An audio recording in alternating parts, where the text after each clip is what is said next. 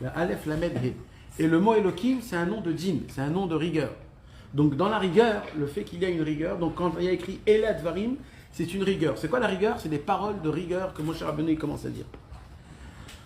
Et comment il les a fait? Comment il a fait des remontrances, Moshe Rabbeinu? Il leur a pas dit vous avez fait ça. Il n'a pas dit ça. Il a juste mentionné les villes là où il y a eu les fautes. Regardez comment on fait une remontrance. Regardez comment on fait une remontrance. Et voilà que au moment où Moshe Rabbeinu il parle, Akadosh Baruch Hu, il lui dit à Moshe, le moment est venu pour succéder quelqu'un. Yoshua bin Nun. Appelle Yoshua bin Nun, comme c'est écrit, il y a écrit, attendez, il y a écrit, Yoshua bin Nun haomed lefanecha, Yoshua bin Nun qui se tient devant toi, ou Yavo Shama, c'est lui qui viendra, Oto Chazek, et renforce-le. Kihu yanchilena et Israël, car ce sera lui qui va nous donner Eretz Israël, c'est lui qui va combattre et qui va conquérir Eretz Israël pour tout le peuple juif. Moi, je voudrais, Bezrat Hashem, vous parler ce soir, avec l'aide de Dieu, un petit peu de l'époque de là où on est aujourd'hui, un peu avant Tisha B'Av. On sort de la Iloula du Hari Akadosh. Dans quelques jours, c'est Tisha B'Av. Et malheureusement, j'ai vu et entendu, malheureusement, beaucoup de façons de comment regarder Tisha B'Av. Et malheureusement, la majorité des rabbanim ou des personnes qui parlent sur la fête de Tisha B'Av, ils ne parlent pas de la bonne façon qu'il faut parler de Tisha B'Av et de la destruction du temple. Shalom Aleichem. Ça va?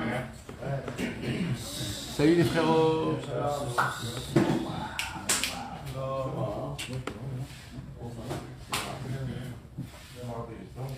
Et donc la façon de comment, ça va?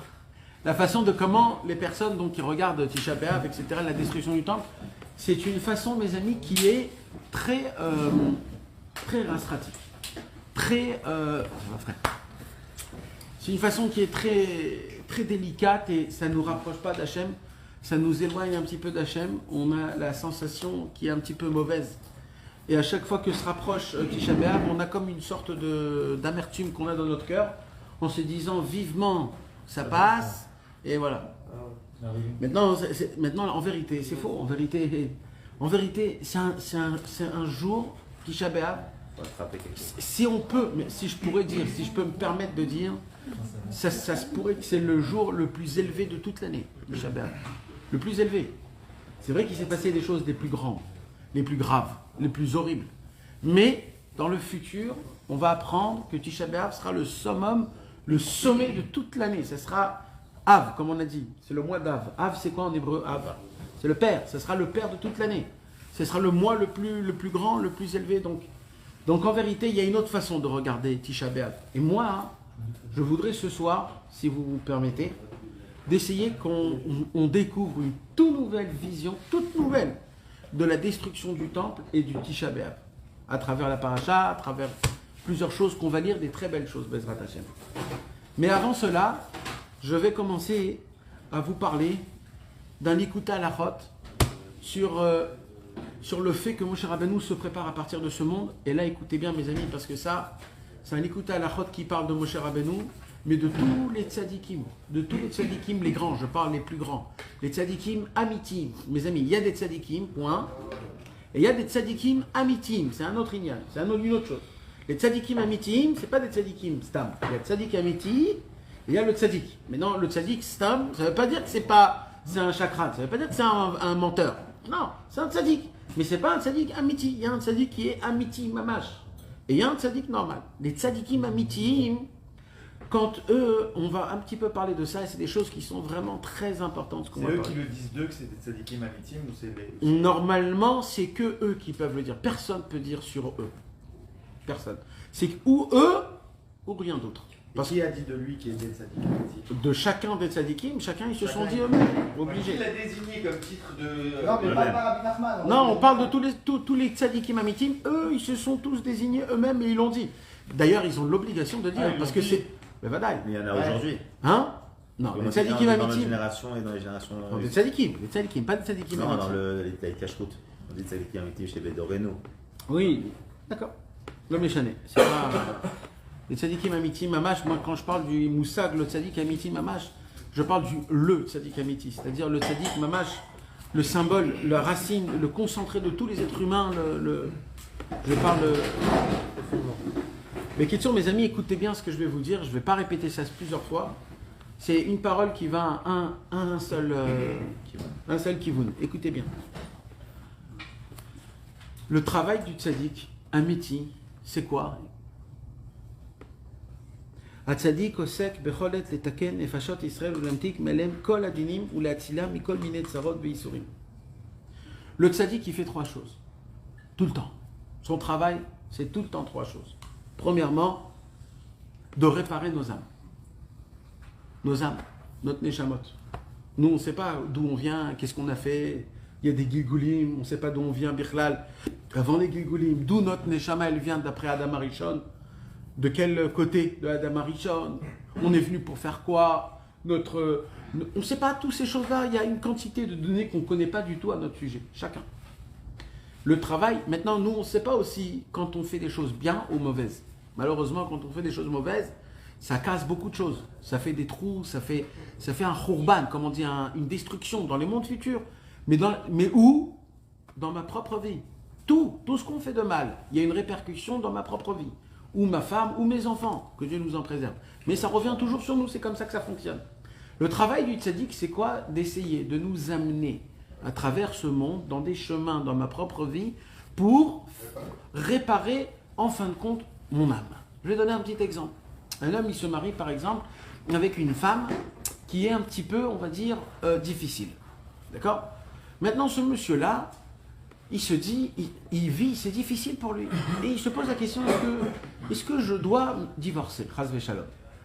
Rabbeinu, il était toujours contre le divorce. Pourquoi? Parce que si un homme se marie avec sa propre femme, automatiquement, cette femme a été mesurée, dosée, créée, perfectionnée à travers ma personnalité. Donc en vérité, c'est ma femme qui me répare. Comment? En me faisant des petits problèmes, des petites embrouilles, des petites choses comme ça. Moi, mon travail à moi, en fait, c'est Hachem qui l'envoie pour moi. Parce que quand elle me fera ces choses-là, ça va me réveiller de mon endroit à moi et ça va me faire bouger. Et, avec les conseils des tzadikim, on va bouger du bon côté. Celui qui divorce, Razvé Shalom, alors bien sûr, il y a toujours des cas qu'il faut divorcer, mais en général, pourquoi Rabbi Nachman n'était pas pour le divorce? C'était parce que, en fait, tu es boréar, comme on dit, tu te sauves de ta propre tâche. Mais en vérité, si tu divorces de ça, ta tâche devrait être dans un autre endroit, ça va se passer, parce que quoi qu'il se passe, le travail du tzaddik, c'est de t'emmener dans des situations dans ta vie qui vont faire en sorte de réparer ton âme jusqu'à la perfection. Premier travail. Deuxième travail, c'est quoi? L'amtik melem koladinim. Deuxième chose, mes amis, le tzaddik, il ne s'occupe pas que spirituellement, il s'occupe aussi matériellement. Qu'est-ce qu'il fait le tzaddik dans le ciel? Le tzaddik, son plus grande occupation, c'est de radoucir les dinim qu'on a sur nous, les problèmes qu'on a sur nous, les rigueurs qu'on a sur nous. C'est quoi des rigueurs? C'est quoi les dinim? C'est quoi? Alors je vais vous dire quelque chose. Il y a un homme, il fait une faute. Quand un homme il fait une faute, il crée un ange noir, un ange accusateur. Cet ange accusateur, il monte tout de suite chez Hachem et il vient dire la faute. Hachem, il le met de côté. Il lui dit, je ne veux pas t'écouter, toi. Tout le monde, hein? Tout le monde, tout le temps. Il dit, Hachem, mets de côté, quand je voudrais t'entendre, je te ferai signe. Et là, qu'est-ce qui se passe? Cet ange-là, il part de côté. Et il attend. Maintenant, il peut se passer de ça des années. Des années passent, et il y a toujours cet accusateur qui est là. Maintenant, un jour, cet homme-là, il fait un jour quelque chose de mal, vraiment. Et là, ça fait du bruit dans le ciel. Dès que ça fait du bruit dans le ciel, ou alors, quand quelqu'un, il parle sur quelqu'un d'autre. Quelqu'un, il parle sur quelqu'un d'autre. Ah, t'as vu, lui, comment il a volé de l'argent? Dans le ciel, cette parole, elle monte. Elle dit, il a volé de l'argent. Pourquoi toi, t'as pas volé? Amenez-moi vite son livre. Donc, dans deux situations, des situations où moi, je me sens pas bien, ou alors que moi, je parle sur quelqu'un d'autre, il se passe quoi? À ce moment-là, Kadosh Baruch Hu, il dit, les accusateurs, venez me parler. Et là, Kadosh Baruch Hu, il entend tout d'un coup. Qu'est-ce que ça s'appelle, ça? Ça s'appelle du din. Ça s'appelle du din. Qu'est-ce qui fait le tzaddik à ce moment? À ce moment, il dit Hachem, Hachem, Hachem, Hachem. Attends. Tu vois ce que tu as entendu lui? Ça fait 20 ans, hein. Ça fait 20 ans, il faut quand même... ça fait 20 ans, il a fait Teshuvah. Pendant ce temps-là, il a fait plein de mitzvot. Maintenant, ça, c'était sans faire exprès. Maintenant, aujourd'hui, il n'est plus comme ça. Le tzaddik, son travail, c'est quoi? Radoucir. Essayer d'étaler le problème pour pas que le problème il soit pointu et qu'il te fasse mal. Le tzaddik, son travail à lui, c'est de nous arranger nos problèmes matériels et spirituellement dans ce monde, de tout radoucir, de faire en sorte que ça soit de la bonté, de la miséricorde, que des belles choses. Et troisième chose, c'est un effet de ça, c'est d'essayer de nous enlever, chas v'shalom, des problèmes qu'un homme pouvait lui arriver. Et ça, mes amis, c'est la raison pour laquelle nous, les êtres humains simples, on est redevables aux tzadikim à tout jamais. Croyez-le-moi, hein, mes amis. Pourquoi nous, les juifs, quand on voit un tzadik, qu'on le connaît ou qu'on ne le connaît pas, on va vite y aller là-bas, l'embrasser la main, lui demander une bracha? Pourquoi? Parce que vous avez vu ça de qui? De vos parents. Et vos parents, ils ont vu ça de qui? De vos parents. Et ainsi de suite, et ainsi de suite. Parce que l'instinct juif, c'est qu'un tzaddik, lui, même s'il ne te connaît pas, c'est lui qui t'arrange ta vie, qui t'enlève tes problèmes, qui s'occupe de ta neshama, même si toi, tu ne le connais pas et même lui, il ne te connaît pas. Le travail du tzaddik, c'est que le tzaddik, il est tout le temps, en train de regarder nos cœurs, nos âmes, nos neshamot, comment faire en sorte que ma vie s'améliore, que je répare tout ce que je suis venu pour réparer, que je complète les buts dans lesquels je suis venu, pour terminer comme il faut. Donc le tzaddik, il travaille énormément pour nous, il travaille mamash. Maintenant le pire c'est quoi? C'est que nous pendant ce temps-là, tous les jours, on rajoute des fautes et on fait encore des trucs. Donc le travail ne se termine pas. Des fois on fait des choses encore plus graves, on doit descendre, et ainsi de suite, hein, il se passe des... Mais le tzaddik, l'honora. Le tzaddik, c'est son travail, Tant que vous avancez, tant que vous étudiez mes livres, tant que je vous donne des conseils, je peux tenir. Mais si vous commencez à tomber dans le désespoir, dans la mélancolie, alors là, je ne pourrais plus avancer. Donc, il y a des trucs à tenir pour que le tzaddik il puisse continuer à avancer dans le service divin. Comment il fait le tzaddik pour faire tout ça, mes amis? Comment il fait? C'est une très grande question. Comment il fait le tzaddik pour faire ce travail-là? Rabbi Nachman, il le dit. Il dit Rabbi Nachman. Vous savez qu'est-ce qu'il fait le tzaddik? C'est un très grand secret, hein, ce que je vais vous dire. Vous n'allez pas le comprendre et vous n'allez pas vous rappeler tellement que c'est puissant. Mais mec, vous savez qu'est-ce qu'il fait le tzaddik? Il y a un moment où le tzaddik, il voit une accumulation de mal, une accumulation de problèmes, une accumulation de xérot. Il voit qu'Aviarot dans un endroit où je ne peux plus rien faire. Le tzaddik, il voit qu'il y a un monsieur, il fait trop de fautes, et lui, c'est pas un, c'est 100 000. Et comment je peux pas, je peux plus, j'en peux plus. Il y a un moment où ça s'appelle, il n'y a plus, il ne peut plus rien faire le tzaddik. Qu'est-ce qu'il fait le tzaddik à ce moment-là? Il fait un bitoul. C'est quoi un bitoul? Il s'annule totalement. Ça veut dire quoi, il s'annule totalement?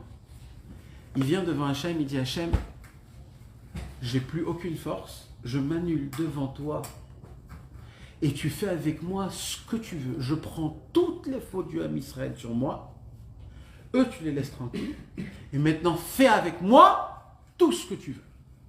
Ça s'appelle quoi ça? Ça s'appelle s'annuler. Il annule son corps, sa volonté, sa fortune, son avodat Hashem, tout. Il laisse tomber tout. C'est comme si un mec, il écrit un chèque, et imagine-toi qu'il y a un chèque où tu peux écrire dans ton chèque tout ce que tu as. Tes habits, tes armoires, ton argent, tes maisons, tes voitures, tout. Plus rien. Le mec qui donne ce chèque, il devient tout de suite un clochard. Le tzaddik, il donne tout à Hachem. Il dit maintenant Hachem, fais avec moi ce que tu as envie. Donne-moi des coups, frappe-moi, écrase-moi, emmène-moi sur moi ce que tu veux. Parce que là, qu'est-ce qu'il a fait le tzaddik? Il a pris sur lui toutes nos fautes. Parce qu'il a vu que normalement, j'ai l'habitude de quoi? D'arranger les fautes, d'essayer. C'est comme un avocat. Un avocat, il vient devant le juge, et il essaye, il parle, il essaye, comme ça. Quand il voit l'avocat, que le juge, il est fermé, alors il dit l'avocat tout simplement, écoute, en vérité, c'est moi qui ai tout fait. Voilà. Maintenant, c'est avec moi que tu parles. Et lui, il sort. Et ça, mes amis, ça se passe tout le temps, hein, ne croyez pas.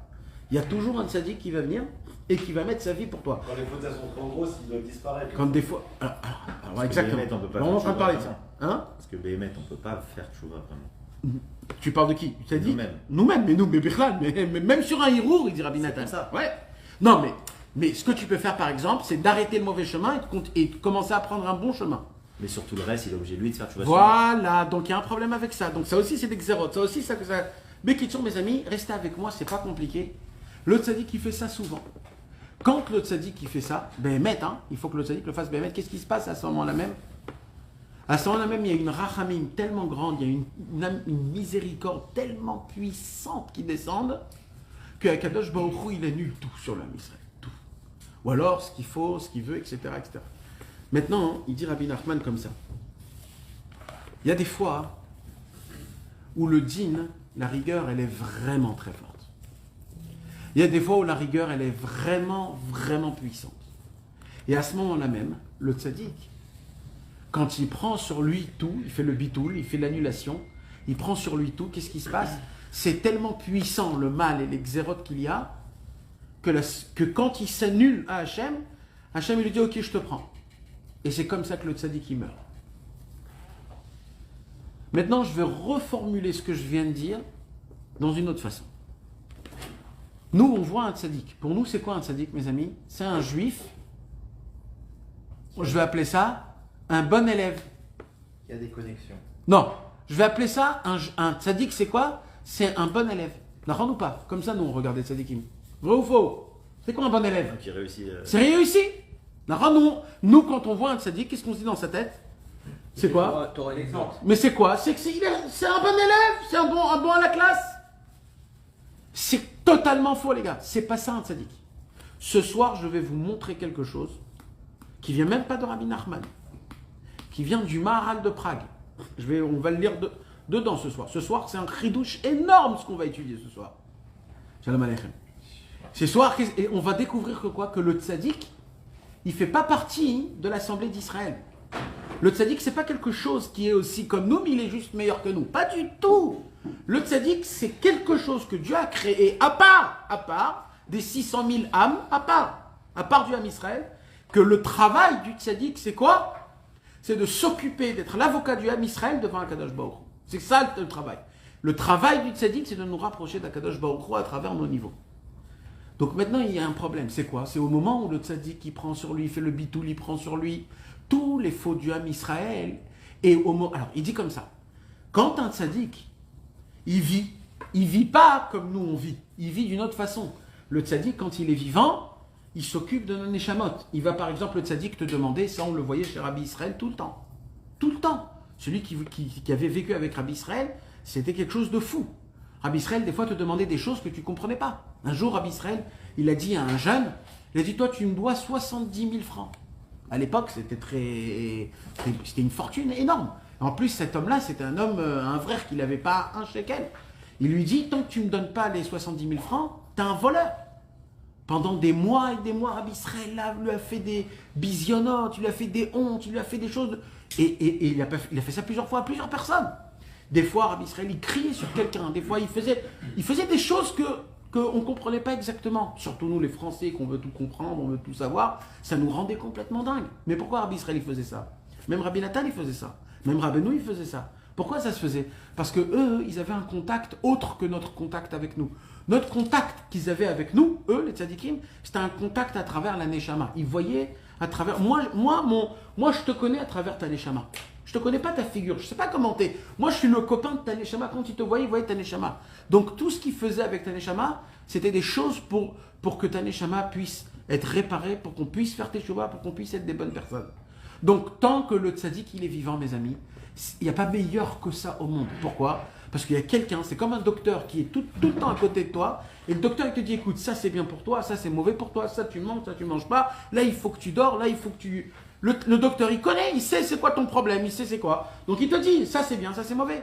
Quand il y a un tzaddik qui est vivant, et un homme il est attaché à un tzaddik, qu'est-ce qu'il fait le tzaddik?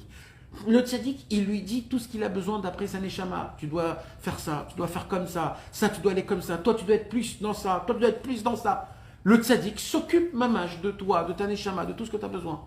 Mais comme on a dit que le tzaddik, il fait le bitoul, et c'est quoi le bitoul, mes amis? C'est que des fois, le tzaddik, il prend tout sur lui. Et quand il prend tout sur lui, Akadosh Baruch Hu dit, écoute, sache que c'est ou toi ou eux. Et là, qu'est-ce qu'il dit, le tzaddik? Prends-moi. Et là, le tzaddik, il part de ce monde-ci. Les tzaddikim amitim qui partent de ce monde, mes amis, c'est des tzaddikim, pas qui sont partis parce qu'ils sont vieux ou parce qu'ils avaient une maladie. Pas du tout, les gars. Les tzaddikim, quand ils partent de ce monde, c'est parce qu'ils enlèvent sur nous un din, c'est-à-dire une rigueur, c'est-à-dire une force mauvaise qui était énorme sur nous. Et c'est pour cela qu'ils pleurent. Et c'est pour cela qu'il part, le tzaddik. Maintenant, il pose la question, Rabbi Nathan, dans le Likuta Halachot, c'est un Likuta Halachot énorme, ce Likuta Halachot. Celui qui veut regarder dedans, il chot filat arvit à la Dalet. Là-bas, Rabbi Nathan, il dit, alors qu'est-ce qui se passe alors? Maintenant, si le tzaddik, il meurt, alors il n'y a plus personne qui s'occupe de nous. Qu'est-ce qu'on fait alors? Surtout quand le tzaddik ne laisse pas de successeur, ou alors qu'il n'en parle pas.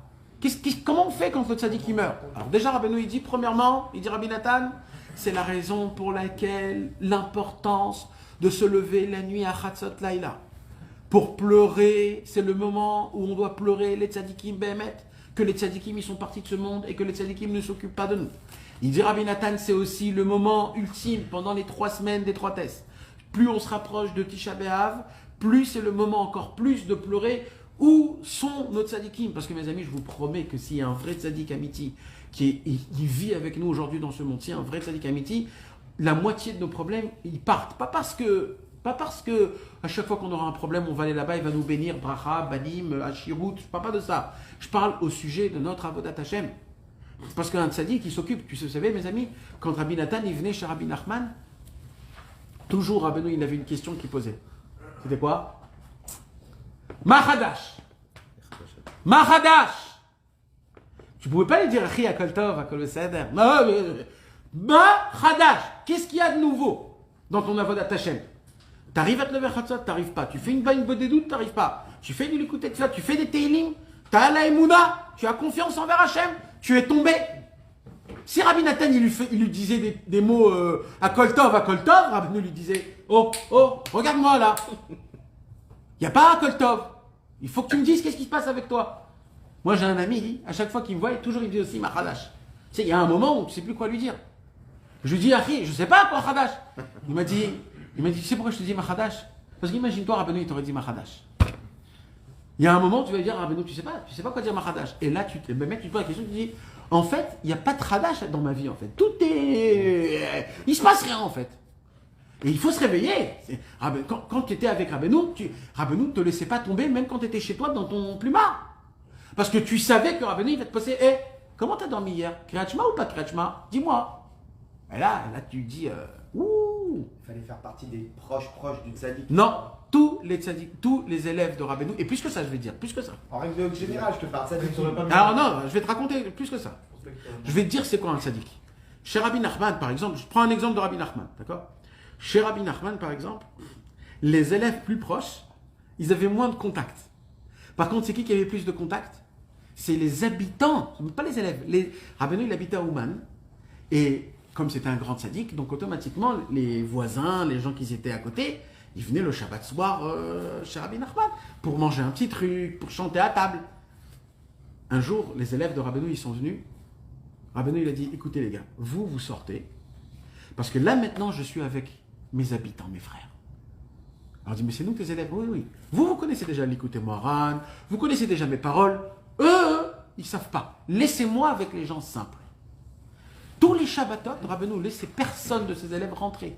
Il a dit, le Shabbat, je suis avec les gens simples. Les 3 aussi. Les 3, c'était à part de Shabbat, mais ils rentraient aussi tout le temps. Les 3, il y avait 3 athées qui rentraient tout le temps chez Rabbeinu pour jouer aux échecs.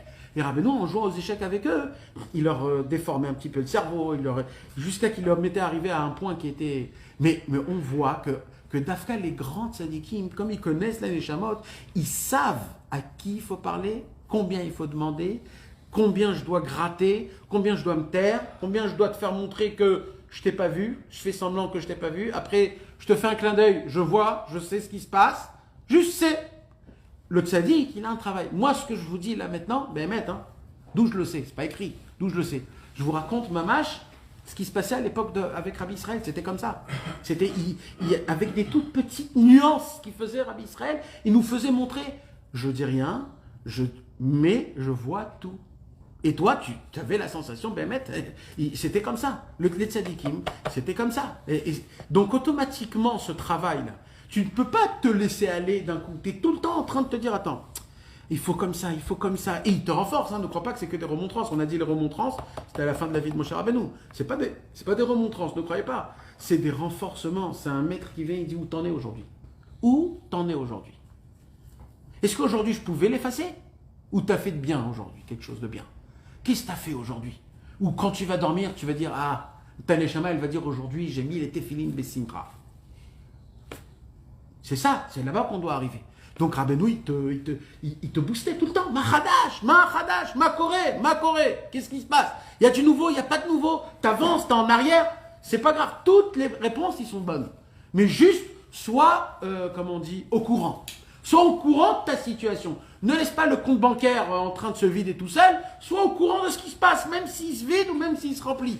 Sache, mets les yeux. Et bien, Kitsour, mes amis, ce qui se passe, c'est quoi? C'est au moment où le tzaddik qui part de ce monde-ci, il y a un vrai problème. C'est quoi? C'est qu'il n'y a plus de gérance. Il n'y a plus personne qui vient et qui te dit, je suis derrière toi. Je suis devant toi, je marche devant toi.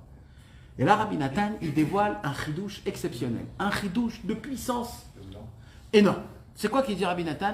Il dit, Rabbi Nathan, vous voulez savoir qu'est-ce qui se passe quand le tzaddik qui part de ce monde-ci et qui s'annule devant Akadosh Baruch Hu, il fait le bitoul. C'est quoi le bitoul? Il donne tout à Hachem et il dit à Hachem, maintenant, vas-y. À ce moment-là même, qu'est-ce qui se passe? Et qui doit mourir. À ce moment-là même, Akadosh Baruch Hu lui donne en cadeau, comme il est mort en appliquant son devoir. Qu'est-ce qu'il lui donne comme cadeau à Akadosh Baruch Hu? De continuer à faire ce travail-là encore plus fort. Puisque tu es mort pour ça, tu vas recevoir maintenant, tu vas être toi-même le patron pour la raison pour laquelle tu es mort. Ça veut dire quoi? D'occuper des neshamot et radoucir les dinim. Occuper des neshamot, non neshamot et radoucir nos dinim. Rabbeinu, alors le Rabbi Nathan, il dit, le tzaddik, qu'est-ce qu'il fait? Il commence à continuer à faire ce travail-là jusqu'à la fin de tous les temps, encore plus fort que quand il était vivant. Et il dit, Rabbeinu, d'où je sais ça? Alors il dit, Rabbeinu, on va voir. Alors, on regarde ici dans la Torah. Qu'est-ce qu'on voit dans la Torah? Moshe Rabbeinu, c'était qui? C'était lui le tzaddik à Emet. Moshe Rabbeinu, le tzaddik à Emet. Donc, qu'est-ce qu'il faisait le tzaddik à Emet? Viens, on regarde d'après ce que Rabbeinu il vient de nous dévoiler ici dans l'Ikuta à la fois. Moshe Rabbeinu, tout le monde lui disait des choses mal. Il le soupçonnait comme Chas Veshalom quelque chose de quelqu'un de grave. Moshe Rabbeinu, on lui a dit qu'il a pris de l'argent et qu'il a essayé que ça, et ça, et ça, et ça, et ça, et ça. Et lui, qu'est-ce qu'il faisait à chaque fois? Il remontait chez Akadosh Baruch Hu. Il disait à Hachem, garde ton peuple c'est un peuple qui est kadosh, il est bon, et miséricorde sur eux, et sois un bon. Quand on a fait le Vaudor, qu'est-ce qu'il a fait, Moshe Rabbeinu? Il est monté 40 jours et 40 nuits, il n'a pas mangé, il n'a pas bu, et il n'a pas dormi pendant 40 jours. Pour qui? Pas pour lui, pas pour qu'il rentre en Israël. Il pouvait le faire ça, pour rentrer en Israël. Mais il a fait pour qui? Pour nous, parce qu'on a fait le Vaudor. Pourquoi? Parce qu'on était des pourritures, on était des grossiers. On a voulu kiffer, en plein milieu du Har Sinaï, on a voulu kiffer. Pour nos kiffs, Moshe Rabbeinu va monter 40 jours et 40 nuits, ni boire, ni manger, ni dormir, en train de supplier à Kadosh Baruch Hu, c'est ton peuple, prends-le, et pitié et miséricorde. Et qu'est-ce qu'il dit à Hachem? Salarti, je t'ai pardonné.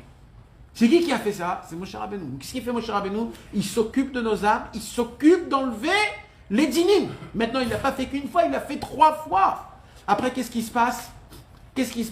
On vient pour entrer en Eretz Israël, et là, qu'est-ce qui se passe? Il y a la guerre, Moab, Midian, ils viennent contre nous. Qu'est-ce qu'il fait, Moshe Rabbeinu? Il prie à Kadosh Baruch Hu. Normalement, s'il prie à Hachem là maintenant, ça se peut qu'il rentre en Eretz Israël.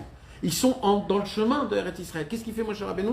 Au lieu de prier pour lui, Hachem, peut-être maintenant tu me ouvres un petit peu Eretz Israël. Là, non. Il dit, Hachem, sauve le peuple. Garde le peuple quand ils vont rentrer en Eretz Israël, que personne va les franchir, personne va rentrer en guerre contre eux, qu'ils ont une bracha, une atzlacha en Eretz Israël. Tu t'imagines que le monsieur, il rentre pas en Eretz Israël à cause de qui? À cause de qui, Moshe Rabbeinu, il rentre pas en Eretz Israël? À cause du peuple juif. Pourquoi? Parce que le peuple juif est venu, il a dit, ouais, on n'a pas de quoi boire, on veut boire, on veut boire. Et Moshe Rabbeinu, il est allé, au lieu de parler, il a frappé. Pour de l'eau pour qui? Qui sort de l'eau d'un puits pour qui? Pour l'âme Israël, pas pour lui, il n'avait pas soif. Il y avait le puits de Myriam. Ça cache plein de choses. Non, mais Vadaï, moi je parle maintenant dans une autre façon. Moi je parle dans la façon dans laquelle, où Moshe Rabbeinu, Même le fait qu'il ne rentre pas en Eretz Israël, on a, nous, une part de ça. Et qu'est-ce qu'il fait, Moshe Rabbeinu? Il prie que quand on va rentrer en Eretz Israël, tout va bien aller, on va... Regardez jusqu'à où la Rachmanout de Moshe Rabbeinu. Et là, il voit quoi, Moshe Rabbeinu? Il dit, Rabbi Nathan, il dit comme ça. Et là, il voit Moshe Rabbeinu. Qu'est-ce qui se passe quand on va rentrer en Eretz Israël? Qu'est-ce qu'il voit? Il voit que le peuple juif il va commencer à tomber et qu'ils vont se mélanger dans les mauvaises nations qu'il y avait à l'époque. Et quand Moshe Rabbeinu il a vu ça, il ne pouvait pas supporter. Alors qu'est-ce qu'il a fait, Moshe Rabbeinu? Il a dit, Hachem, je m'annule totalement à toi. Il a fait le bitoul. Il a fait le bitoul. Il a pris sur lui toutes les fautes du Ham Israël dans le futur quand on va rentrer en Eretz Israël. Il a dit, Hachem, je t'en supplie. Et là, qu'est-ce qu'il a dit à Kadosh Baruch Hu? Il lui a dit, tu sais, Moshe, c'est maintenant que ça va se passer. Il lui a dit, vas-y, prends ce qu'il faut. Et là, il meurt. Quand Moshe Rabbeinu il est parti de ce monde, il n'est pas parti de ce monde parce qu'il était vieux, parce qu'il n'y avait rien d'autre à faire. Non, il est parti de ce monde en achetant notre liberté. Notre liberté matérielle et spirituelle. Si aujourd'hui on est comme là, comme ça, c'est parce que des tzadikim sont morts pour qu'on puisse vivre comme ça. Si ça fait 2000 ans qu'on n'est pas venu en Israël parce qu'on était jetés dans le monde, et qu'après 2000 ans les gars, je ne sais pas si vous comprenez, 2000 ans après qu'on a été expulsé d'Eretz Israël, on vient en Eretz Israël en masse. Mais vous imaginez, c'est de l'histoire ça. Nous on vient ici de Paris ou je sais pas où, comme si, ouais je viens dans mon pays. Mais de quel pays tu parles? 2000 ans, il n'y avait rien en Israël. 2000 ans. 3 mois fermé au Man, les gens ils sont... Mahon, 2000 ans les gars. 2000 ans. Et on revient en masse, en grande masse. Vous croyez que c'est grâce à qui tout ça? C'est quoi tout ça? C'est le travail des tzadikim qui font du bitoul, ils font une annulation dans le ciel, et grâce à ça, ils font en sorte qu'il y a des masses de juifs qui viennent habiter en Eretz Israël, et que Eretz Israël devient l'endroit ultime pour le juif. C'est pas parce que Ben Gurion ou Herzl, ils ont fait des trucs, pas du tout. Il y a des tzadikim derrière qui ont craché du sang. Donc il nous apprend ici, Rabbi Nachman, quelque chose de puissant. C'est quoi? C'est que le tzadik, c'est vrai, il est parti de ce monde. Le tzadik, il ne peut pas s'occuper de nous comme il s'occupait avant. Mais les tzadikim, quand ils partent de ce monde-ci, dans le ciel en haut, ils font encore plus ce travail. Et surtout, ne pas croire que maintenant qu'il est parti de ce monde-ci, alors tout est fini. C'est pour cela que dans notre paracha à nous, Moshe Rabbeinu, il fait quoi? Il amène Yehoshua et il lui dit à Yehoshua, qu'est-ce qu'il lui dit? Qu'est-ce qu'il lui dit? Je répète, dites-moi ce qu'il lui dit. Yehoshua binoun aomed lefanecha ou yavoshama oto chazek ki ou yanchilena et Israël. Donc, Moshe Rabbeinu, Akadosh Baruch Hu, il dit à Moshe, apporte Yehoshua et tu dois lui faire quelque chose. Qu'est-ce que tu dois lui faire? Une main. Non. Non. Qu'est-ce qu'il doit lui faire? Moshe Rabbeinu, comment il succède Yehoshua? Comment? Il y a une cérémonie, il y a quoi exactement? Ça fonctionne comment? Qu'est-ce que Moshe doit donner à Yehoshua? Yehoshua, ça devient qui? Ça devient Moshe Rabbeinu. Ouais. Yehoshua va faire un exploit que même Moshe, il n'a pas fait. C'est quoi? D'emmener Tachles, le peuple juif, en Eretz Israël. Le plus fort au monde. Le plus fort au monde. Moshe, il n'a pas réussi, Yehoshua, il va le recevoir. Comment tu succèdes Yehoshua? C'est quelque chose de puissant quand même. Qu'est-ce qu'il faut que tu fasses? Et là, en un mot, il y a écrit tout. Il y a écrit quoi? Kadosh Baruch Hu, il lui dit, tu sais comment tu vas succéder Yehoshua? Oto Chazek. Renforce-le. Ça veut dire quoi, renforce-le? Ça veut dire que Moshe Rabbeinu apprend à Yehoshua que si tu veux être le manig, si tu veux être le dirigeant du juif, si tu veux mener Eretz Israël, Am Israël, Torah Israël, tu n'as besoin que d'une seule chose. Tu as besoin de quoi? Que d'une seule chose. Du renforcement. Chazak. Renforce le peuple juif. Donne-leur des paroles rafraîchissantes. Dis-leur, dévoile-leur combien ils sont grands, puissants, forts, avec des armures. Parce qu'il n'y a que ça qui va faire tenir le peuple juif. Pourquoi? Parce qu'on va passer des grandes galères depuis qu'on va monter en Eretz Israël. On aura encore 3 ou 4 000 ans de travail dans ce monde-ci. Et avec 3-4 000 ans de travail dans ce monde-ci, on a besoin de beaucoup de renforcement, de Yitraskout. On a besoin qu'on nous dise, sois fort mon frère, t'es fort, t'es puissant. Tu peux continuer, tu peux avancer. C'est ça. Qu'est-ce qu'il lui dit? Otto, Chazek, renforce Yehoshua. Pour que Yehoshua comprenne que la seule chose que le peuple juif a besoin tout le temps comme de l'eau, c'est du renforcement. Que nos maîtres nous renforcent et qu'ils nous disent combien on est fort et combien on peut et combien on vaut ce qu'on raconte sur nous. Et qu'est-ce qu'il dit Rabbi Nathan? Il dit Rabbi Nathan, vous croyez que c'est Yehoshua Bidoun qui a fait rentrer le peuple juif en Israël? Bah pitom. C'est qui alors qui a fait rentrer le peuple juif en Eretz Israël? C'est Moshe Rabbeinu.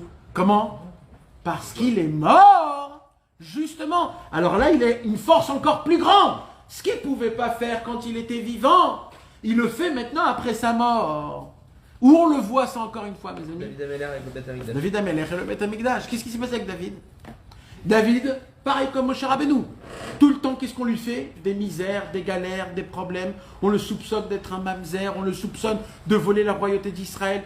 On va tuer sa famille, on va lui dire des mots très graves, etc. Et le summum de David, c'est quoi le summum de David? Le moment le plus élevé possible. Qu'est-ce qu'il attend? Une seule chose, David Ameller, il attend qu'une seule chose. Que Akadosh Baruch Hu lui demande de créer le Beth Amikdash. Pour lui, c'est le... Comme Moshe Rabbeinu de rentrer en Eretz Israël, pour David, c'est quoi le top?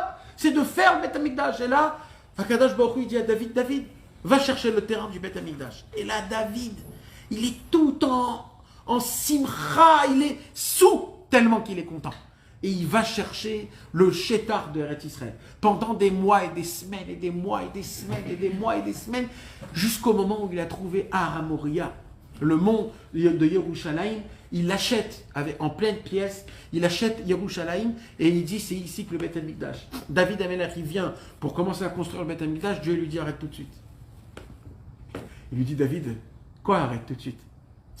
On vient à peine de commencer là, laisse-moi construire le Beth Amikdash. Il dit tu ne pourras pas le construire le Beth Amikdash. Quoi? Mais pourquoi? Tu ne pourras pas.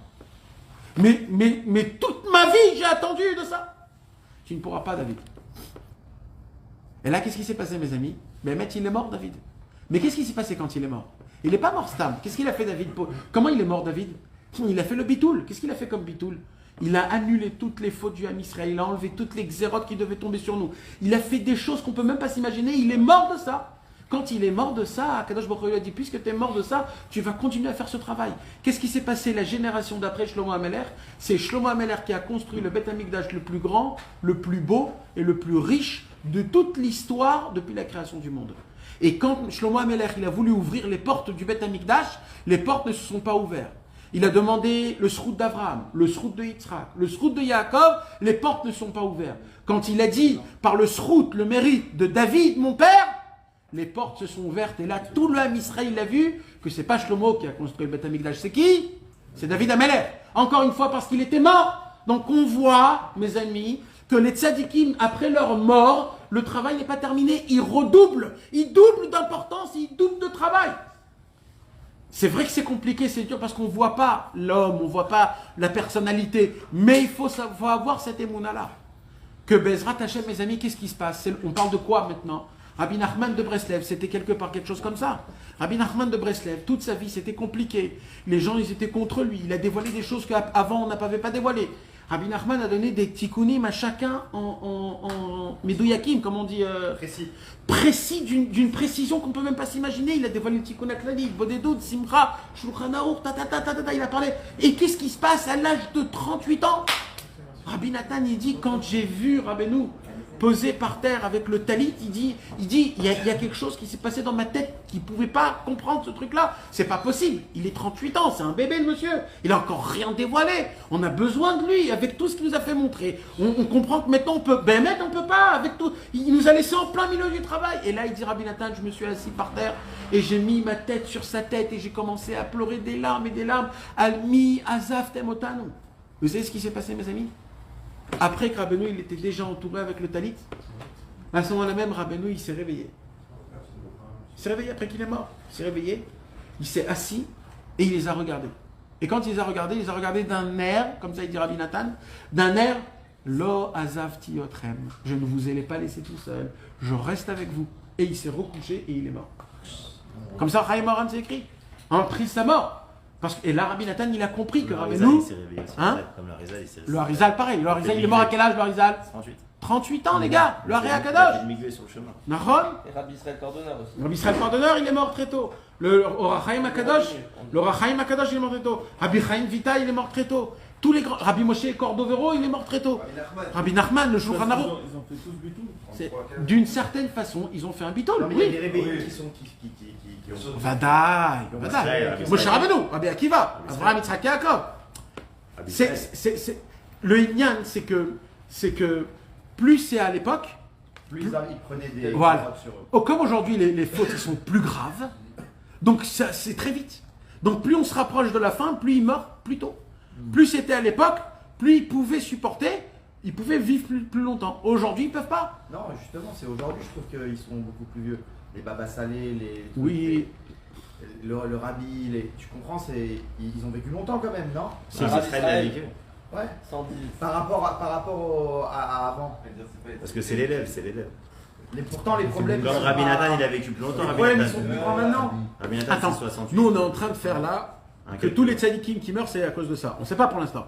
Mais tu as raison que on pourrait dire, Il n'y a pas trop de règles non plus. que c'est pas d'Afka, parce qu'on a dit que ça continue même quand ils sont morts. Donc ça veut dire même les tzadikim de l'époque, ils continuent à faire ce travail. Mais vadaï, c'est certain que ça se pourrait que Bisrout, tous les tzadikim qui font déjà ce travail, donc les tzadikim d'aujourd'hui, ils peuvent vivre un peu plus longtemps qu'à l'époque. Mais maintenant, tu as raison. Mais maintenant, mes amis, après qu'on a expliqué ce qu'on vient d'expliquer et qu'on découvre qu'en vérité, quand un tzaddik qui part de ce monde-ci, c'est qu'il ne part pas de ce monde-ci de nous. C'est Bidou Kafour, à l'envers. Il va avoir encore plus de force à travailler, à faire ce qu'il a envie de faire. Mais maintenant, mes amis, nous, c'est quoi qu'on attend, nous?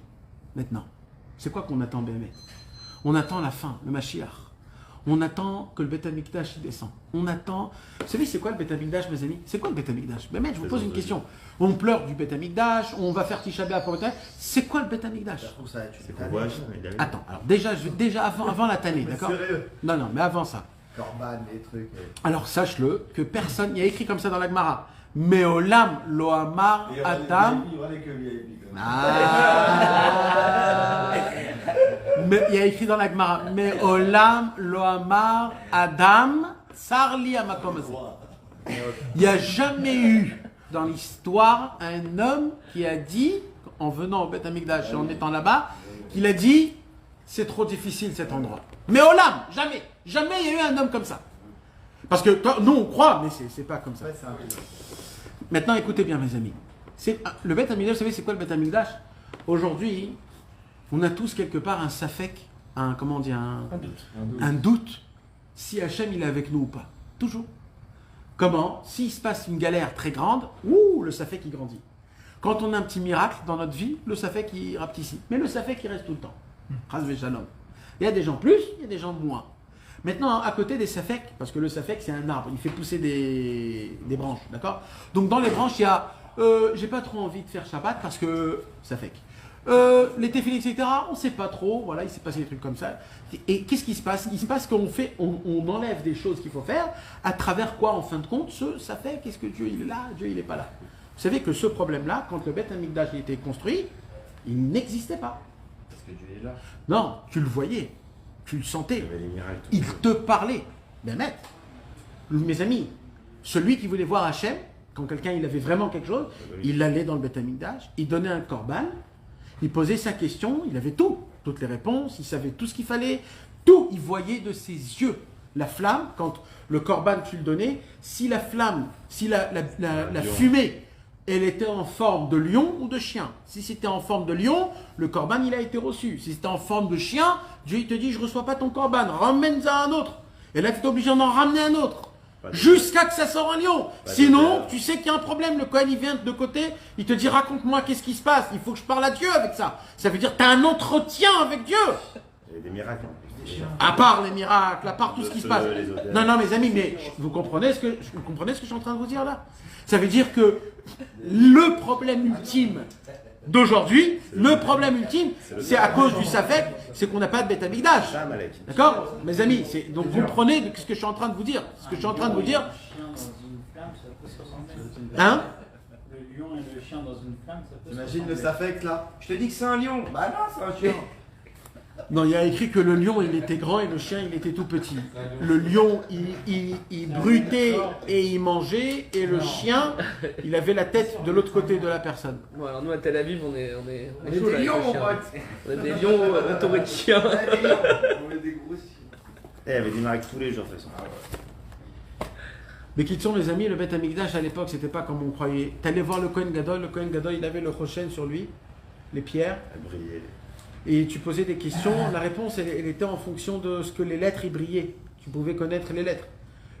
Quand tu regardais la ceinture du Kohen Gadol, toutes les fautes du Brit, ils étaient enlevés. Quand tu regardais le Choshen lectoral du Kohen, toutes les fautes d'argent, volées, pas volées, ils étaient pardonnés. Ou alors on te disait, t'as volé, t'as fait, t'as pas fait. La Gemara, elle nous dit, un homme, quand il y avait le Beth Amikdash, ne pouvait pas s'endormir la nuit avec une faute. Il ne pouvait pas. Qu'il allait se confesser auprès du Non, parce que tu vivais tellement dans une situation de vie, Donc sans libre arbitre. que il était tellement présent, Hachem, que à chaque faute que tu faisais, T'avais tellement peur que tu. c'est pas une peur, c'était pas une peur. T'avais honte d'aller dormir. Tu vois Hachem, c'est pas une peur. Pas aller dormir. C'est pas une peur d'une punition. C'est Honte, une honte. C'est comme si ton père il te dit ne fume pas devant moi. oui. Alors après c'est même plus un combat. C'est pour le respect de mon père. Ça devient même plus important pour toi. Je vais fumer dehors, papa. Ça devient important pour toi de garder la. Je vais être bien avec Hachem, moi. Je vais. Mais au final, ils ont fauté. Ça a été détruit. Ouais. Donc Ils ont comment fauté. Ils étaient pas bien. Regarde combien. Alors c'est pour cela que la Gemara elle pose la question. Comment on peut vivre comme ça et tomber dans une faute? C'est quoi la faute dans laquelle on est tombé? C'est la Gemara elle pose la question. Et qu'est-ce qu'elle dit la Gemara? La haine gratuite. Et la Gemara dit en fin de compte, la haine gratuite, il n'y a pas plus. Il n'y a pas plus. Comment ça s'appelle la maladie? La lèpre. La maladie là. Ah, d'accord. Ouais, le camp. Non. Ah, ça Le cancer. Il n'y a pas plus cancérique spirituellement comme la haine gratuite. C'est pareil que Mais chaque destruction, elle était par rapport à un truc. Haine bien gratuite, précis. haine gratuite. Tout le temps, c'était. Tout le temps depuis le début jusqu'à la fin. La date, c'est le même, c'est pareil pour les élèves de Rabbi Akiva. Ouais. Encore une fois. Et les élèves de Rabbi Akiva. C'était pas parce qu'ils voulaient Non, faire comme non, les autres. non. Haine gratuite. C'est quoi haine gratuite? L'inverse de Azamra. L'histoire des C'est babas. quoi Azamra? Le bon point. La Gemara, elle dit que quand il y avait les trois dans le premier, encore ça a tenu, grâce aux tzadikim qui jeûnaient. Et quand ils ont vu, même dans le premier, quand ils ont vu qu'ils ont commencé un petit peu à avoir de la haine gratuite, c'est tombé tout de suite. C'est-à-dire, en fin de compte, le sof maasé, c'était un petit peu de haine gratuite, même pour le premier. Entre les Bnei Israël. Bataille entre les Bnei Israël, pas entre les autres. C'est entre nos frères juifs, la critique. Avec la présence divine, c'est-à-dire qu'il y avait ressenté à quel jour. Ouais. C'était beaucoup plus facile qu'aujourd'hui. Ben bataille. Comment tu pouvais flotter en C'est pas une faute. C'est quoi une haine gratuite? C'est pas une faute pas une d'avoir faute. la. C'est dans Mitzvot, c'était- C'est quoi une haine gratuite par exemple? C'est subtil en fait. Tu regardes l'autre, tu dis ah t'as vu la Elle- vache qu'il emmenait pour le corban Elle est bête. Ah ouais, t'as vu sa vache quand même? Et l'histoire des deux qui s'appelaient du même nom. La Shonara, l'inverse de Azamra. C'est qu'est-ce qu'il dit Rabbeinu Azamra? Qu'est-ce qu'il dit? Regardez le bon côté, jugez le bon côté, ne regardez pas le mal. Pourquoi Rabbeinu il a mis le point? Pourquoi il a mis le point dans Azamra? Pourquoi? Parce que Rabbeinu il a compris que tous les problèmes depuis la création du monde, depuis la création du monde, Caïn et Hevel, qu'est-ce qu'il y avait entre Caïn et Hevel? La haine gratuite. Après il y a eu Abraham avec Ishmaël. Que c'est toujours ça, qui revient. Yosef Hatzadik, ses frères, ils ont. C'est tout le temps le même problème qui revient. La jalousie. Non, de la haine gratuite. La haine gratuite, ça veut dire je rien. ne. Non, ça veut dire Méchant. j'arrive pas. Non, comment on dit Je te supporte pas. Non, c'est pas que je te supporte pas, c'est Critique. moins. Que de la critique. Même moins que ça. Je ne peux pas supporter que tu kiffes. Ah. Faut pas supporter que tu J'arrive pas à supporter que tu kiffes. Ah, il est bien, lui, Plus dans que la moi. Mais l'histoire qu'il raconte, là, les deux qui s'appellent le même nom du mariage. ça, la jalousie. Il a invité. Comme ça ou pas comme ça. Ouais. Ça, c'est plus ce que tu dis là, c'est vraiment de la. Des autres choses. C'est C'est envieux, c'est un être envieux. Ouais, ça s'appelle de la haine gratuite. C'est de la haine gratuite. En fait, ça fait partie de la jalousie. C'est l'être humain qui est pourra. fait partie de la haine gratuite. Il a fait rare. L'être humain, il est pourrave. Oui, c'est pour ça qu'il y a de l'aide gratuite. Mais Hachem, il a envoyé les tzadikim pour qu'on ne soit pas pourrave. Il n'y a rien à gratter en plus. C'est gratuit, vraiment. Alors quoi, c'est par l'amour gratuit. C'est pas des... Avec l'amour gratuit, on gagnera. Mais mec, Pour résoudre le problème, regarde ton jardin et ne regarde pas le jardin de ton voisin. Nahon. Pas lui, pas lui. Non, mais plus que ça, il a dit Rabbeinu. Même quand tu te regardes toi, il dit Rabbeinu, même toi tu dois te juger du bon côté, même toi tu dois voir que le bien. C'est même pas l'autre, même toi-même, il a dit Rabbeinu, il est allé encore plus loin Rabbeinu. C'est un chidouche, c'est ce qu'il a dit Rabbeinu, c'est un chidouche, même toi-même regarde-toi bien. Parce qu'on va te montrer toujours le mal en vrai de base. C'est pour ça qu'ils disent en plus. Nahon. Parce que la facilité, c'est de te montrer toujours le mal. Maintenant mes amis, vous me permettez de mettre la deuxième? Bien sûr. Vous êtes prêts? Mettez vos ceintures. Bien sûr. Je vais vous lire ce soir un midrash dans Echa. C'est quoi Echa? Les lamentations. On va lire à Tisha B'Av les lamentations le soir et le matin, comme la Megillat Esther. C'est quoi la Megillat Echa, mes amis? Quelqu'un sait c'est quoi la Megillat Echa? Ouais. Comment on appelle ça en français, on a dit? Les lamentations. C'est qui a écrit le C'est pas le prophète Jérémie. prophète Jérémie? C'est quoi les lamentations? C'est quoi? C'est les lamentations sur le temple qui est détruit. Pour la première fois, quand le temple il a été détruit, c'était à l'époque de qui? Du prophète Jérémie, Yirmiyahu. Le pauvre Yirmiyahu, il était lui dans une génération lamentable, le pauvre. Dans la génération en plein destruction du premier temple. Jamais il y a eu une destruction avant le premier temple. Donc quand il y a eu la destruction du premier temple, c'était la catastrophe comme jamais on peut s'imaginer. Jamais. C'est mamache, mais vraiment. Mais maintenant, regardez, comme le prophète Jérémie, c'était un prophète. Qu'est-ce qu'il a fait, le prophète Jérémie? Il a écrit les lamentations avant la destruction du temple. En écrivant comme si que le temple était déjà. Et qu'est-ce qu'il a fait? Il a donné ça à tout le Ham Israël pour que le Ham Israël fasse teshuva. Et là, le Ham Israël, ils ont dit, mais il se prend pour qui, là, le prophète Jérémie? Il détruit le temple avant qu'il ait détruit. Il écrit des lamentations. C'est comme si tu écris non, c'est sur un mec qui meurt. exactement. C'est comme si tu as la dracha du mec quand il va mourir, il est déjà prêt. La Torah, elle a fait Et pareil. non, avec il est Mishpatim. encore. La Torah, elle a fait pareil. Elle a tout écrit avant que on. Dans Mishpatim, elle nous écrit. Dans des lois, la Torah. C'est des lois. C'est ma choix, frère. Oui, mais donc elle nous prévient. Oui, tu vas non. faire ça, tu vas payer. C'est des lois. Vous savez, oui, mais quand on les lit, C'est on pour une comprend que. Là, mon frère, c'est ma mâche. Je Ouais. prépare mon discours du mec quand il va crever. Voilà, je le prépare. Il est mort, oh, malheur à lui. Il est là en train de me demander un verre de café. Là, c'est vraiment osé. Le prophète Yirmiyahu, lui, il a fait ça. Pourquoi il a fait ça? Parce que nous, le peuple juif, on était vraiment, que Dieu nous en préserve, comment on était pourris. Que Dieu nous en préserve. Et il ne savait pas comment nous réveiller. Alors il a écrit ce livre. Qu'est-ce qu'ils ont fait, le peuple juif, mes amis? Qu'est-ce qu'ils ont fait? Ils ont brûlé la Megillat Echa. Ils lui ont dit, ne nous écris plus ça. Et lui, ils l'ont rien fait. Et lui, ils l'ont attrapé, ils l'ont frappé jusqu'à qu'ils l'ont tué. Oh là là. Prophète Jérémie. C'est une des raisons pour laquelle on pleure encore aussi à Tisha B'Av. On a tué notre prophète à nous, prophète d'Hachem, Yirmiyahu, Qui disait le Hémet. qui disait le Hémet, le Hamito, il allait de tout le monde, il disait faites teshuva, le Beth Amikdash va se détruire. S'il aurait écouté. Le roi Hiskiaou qui était à l'époque, c'est lui qui a gardé la Megillat Echa et que grâce à ça, on a aujourd'hui la Megillat Echa. C'est devenu une obligation de lire à Tisha B'Av 2 fois, le soir, la nuit, le soir et le matin. Dans le Midrash de Echa, vous savez, il y a des Midrash sur Bereshit, Shemot, Veikra, il y a aussi Midrash sur Echa, sur les lamentations. Là-bas, il y a écrit une histoire très spéciale. Ce soir, ce qu'on va apprendre, mes amis, je vais vous expliquer un petit peu cette histoire à travers la vision du Maharal de Prague, qui touche 2 doigts le Likuta Halachot qu'on va dire plus tard. Mais cette explication, c'est le Maharal de Prague. Regardez comment le Maharal de Prague, vous savez c'était qui le Maharal de Prague? Le Maharal de Prague, c'est le Rav du Baal Shem Tov. Ça veut dire, le Maharal de Prague, il avait un élève qui s'appelait Rabbi Eliyahu Baal Shem. Rabbi Eliyahu Baal Shem, il avait un élève de Rabbi Yoel Baal Shem. Rabbi Yoel Baal Shem, il avait un élève qui s'appelait Rabbi Adam Baal Shem. Et Rabbi Adam Baal Shem, il avait son élève qui était le Baal Shem Tov, Rabbi Israël C'est Baal le Shem gars qui a Tov. caché le livre. Rabbi Adam Baal Shem.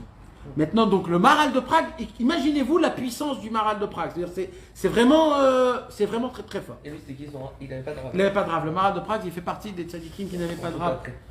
D'accord? Alors d'abord, je vais vous lire l'histoire que le Midrash raconte dans Echa. Écoutez cette histoire.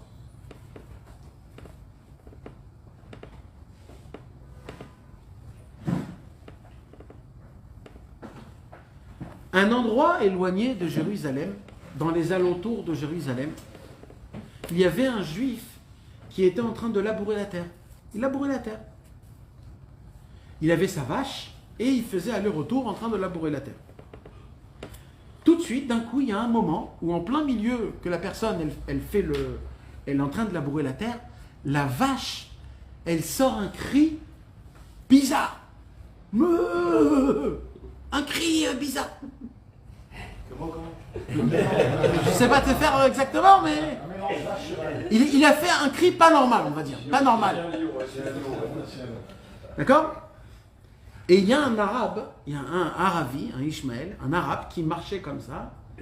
Et quand il marchait comme ça, hein, il a entendu la vache en train de faire le bruit. Alors, l'arabe, il regarde la personne et lui dit, est-ce que tu es un juif, toi? Il lui dit, oui. Elle dit, alors si c'est comme ça, descends de ta vache, sors de ton sadé, de ton champ, et déchire tes habits. Il lui dit, pourquoi? Il lui dit, parce que tout de suite, là maintenant, le Beth Amikdash, il est en train de se détruire. Il lui dit, d'où tu sais? Il lui dit, j'ai entendu ça de la vache. C'est la vache qui a crié, parce qu'elle a vu dans le ciel, qu'à ce moment-là même, à Yerushalayim, les Romains, ou c'était pas les Romains à l'époque en premier, c'était Nebuchadnezzar, Bavel, ils sont en train de tuer, de détruire le Beth Amikdash. Le juif, tout peiné, il descend de sa vache, il déchire ses habits, il commence à crier. Et là, la vache, elle refait un autre cri bizarre. L'arabe, il vient, il lui dit, tu peux retourner dans ton champ, monte sur la vache, le Mashiach est déjà né. Mashiach est déjà né. Ouais. Alors là, il lui dit d'où tu sais? Il lui dit parce que c'est la vache. Elle a vu que le Mashiach il est né, donc c'est plus grave que le Beth Amikdash est détruit, puisque le Mashiach il est né, tout de suite, là maintenant. Alors l'arabe, alors le juif il regarde comme ça l'arabe, il lui dit, et comment il s'appelle alors, si c'est le Mashiach? Dis-moi. Alors il dit, je vais te dire son nom. Son nom il s'appelle Menachem ben Chizkia. Menachem, fils de Chizkia. Et il lui dit, tu sais où il est?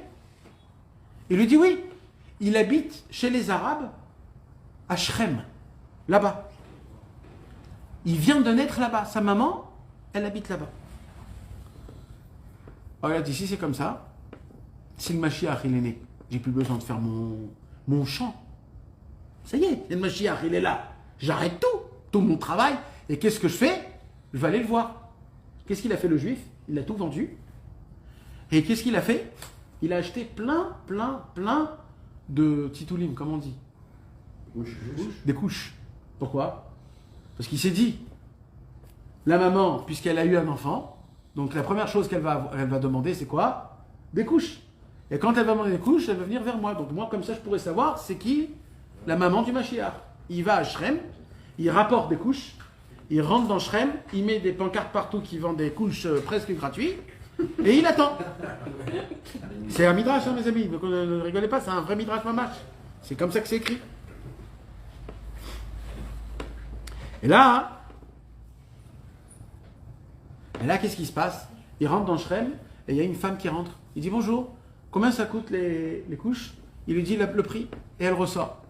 Il sort, il dit, 2 secondes, viens ici. Pourquoi tu as demandé des couches? Il dit, parce que j'ai besoin de couches, mais j'ai pas d'argent. Il lui dit, pourquoi tu n'as pas d'argent? Il lui dit, parce que son père, il n'est pas là.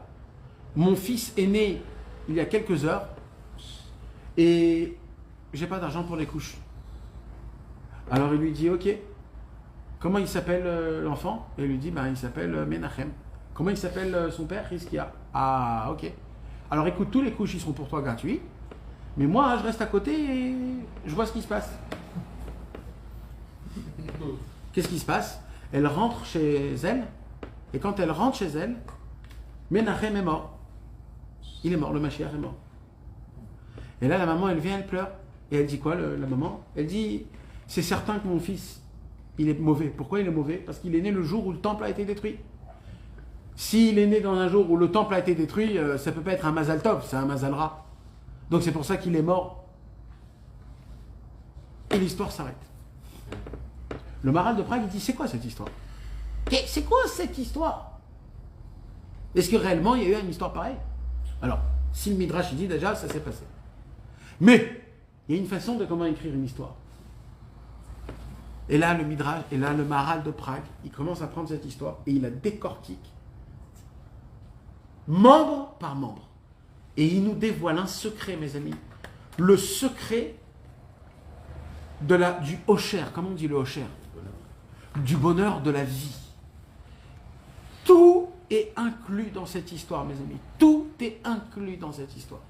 Écoutez bien. Le Maharal de Prague apprend de cette histoire une loi que Dieu a fait rentrer dans ce monde, une loi exceptionnelle. Il dit, le Midrash comme ça, le Maharal il dit comme ça. Quand le Beth Amikdash il était construit, mes amis, je vous pose à vous la question. Est-ce qu'il nous manquait quelque chose? Oui ou non? Non. On avait tout ce qu'on avait besoin. Mais maintenant, je vous pose une deuxième question. Est-ce que quand on avait le Beth Amikdash, c'était le but de tout dans le monde? Non. C'était quoi le but de tout dans le monde? Hein? N'ayez pas peur, pourquoi vous parlez à voix basse? Dites, Mashiach. Mashiach, c'est quoi Mashiach? Il va nous remettre à la tête du monde. Le peuple juif va être à la tête du monde.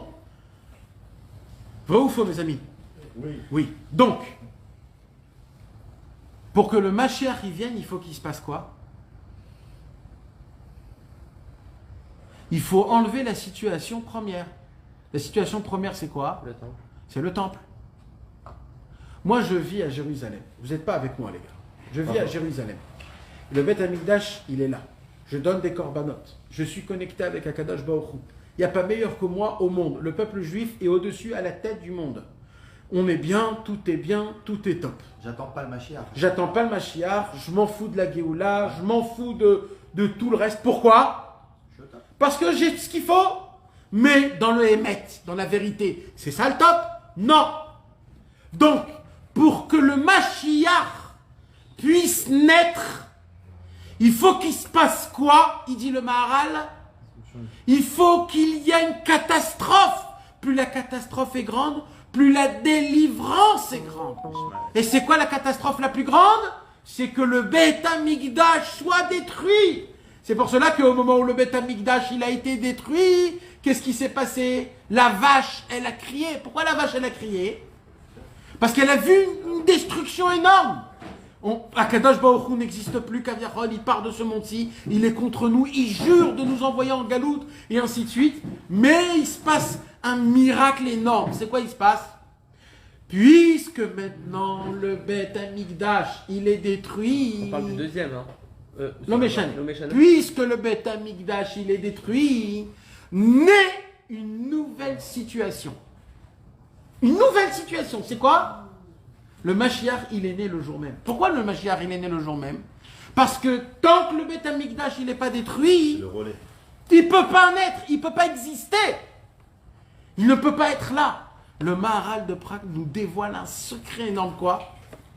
Avant chaque dévoilement, avant chaque bonne chose qui arrive, pour que la chose puisse être dans le monde, il faut qu'il y ait avant ça une destruction.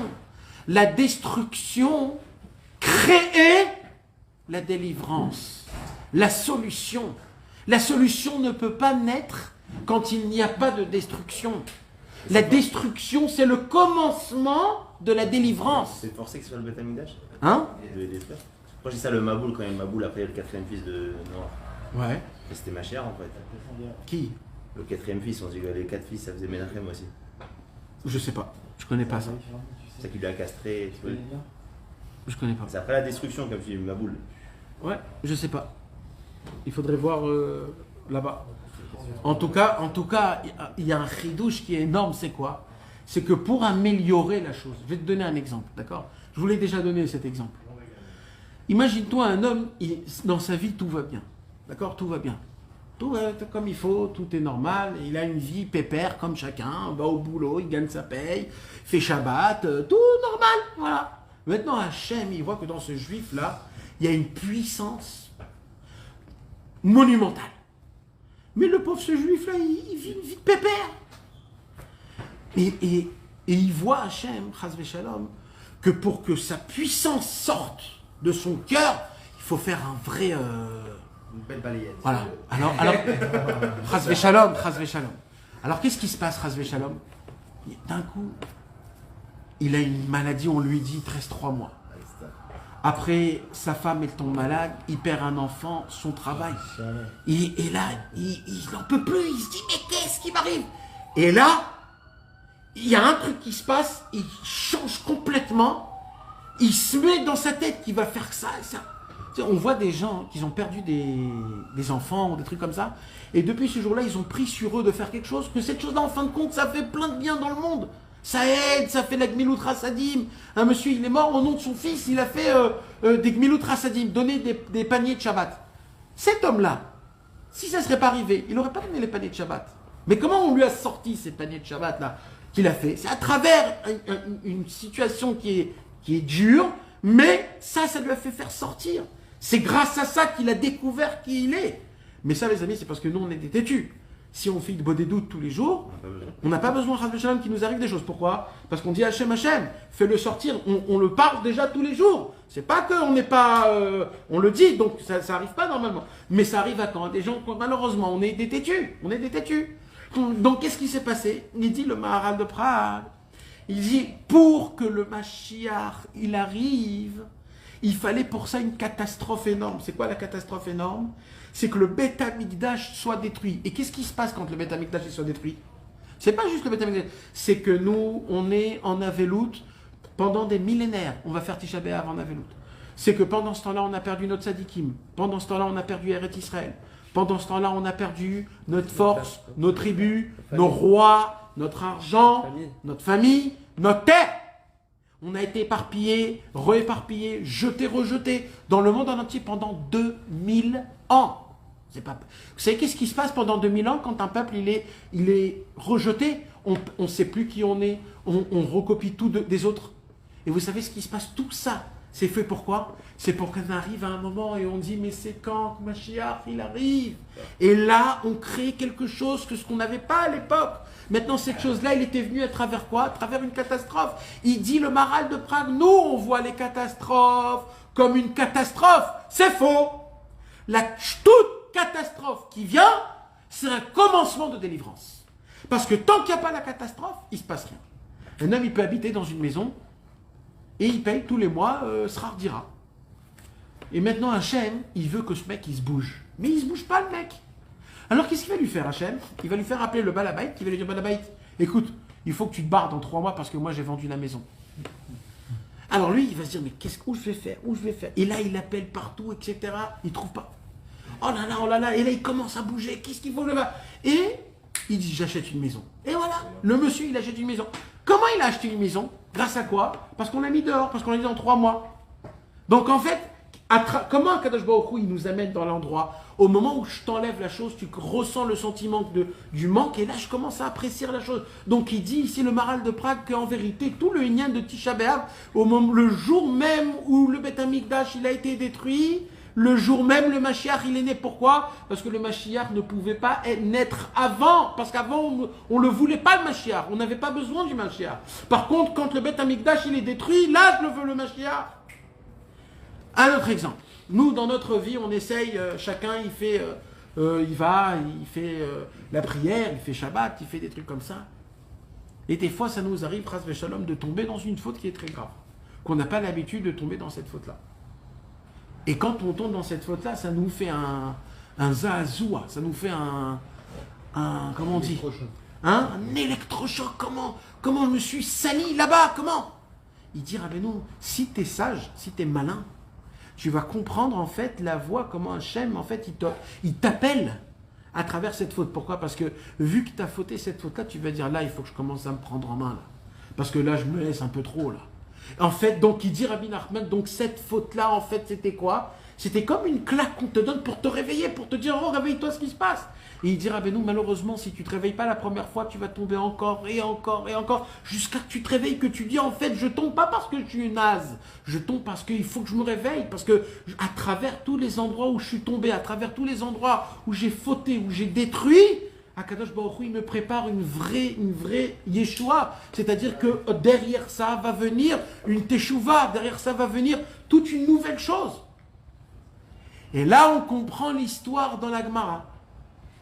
Un jour, était en train de se promener Rabbi Akiva et les Chachamim. Rabbi Akiva et les Chachamim, il y a écrit dans la Gemara, 120 km loin de Jérusalem.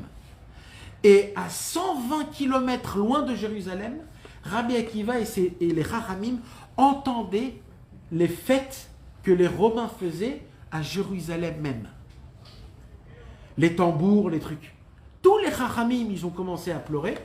Rabbi Akiva, il rigole. Les Chachamim, ils disent, Rabbi Akiva, tu n'as pas honte? T'entends pas les tambours, les fêtes qu'ils font à Jérusalem, les Romains, parce qu'ils ont cassé le Beth Amikdash? Il dit quoi, Rabbi Akiva? Rabbi Akiva, il dit, en vérité, moi, je suis très content. Pourquoi je suis très content? Parce que c'était sûr que Beth Amikdash devait être détruit. Parce que c'était une prophétie de Yirmiyahu. Mais si maintenant la première prophétie, elle a été appliquée, donc obligatoirement la deuxième prophétie va être appliquée. Et c'est quoi la deuxième prophétie? C'est qu'après les temples, il y aura un troisième où cela, ça sera le dernier. Amen. Donc il dit Rabbi Akiva, vous pleurez pourquoi? Pour maintenant, parce qu'eux ils voient maintenant.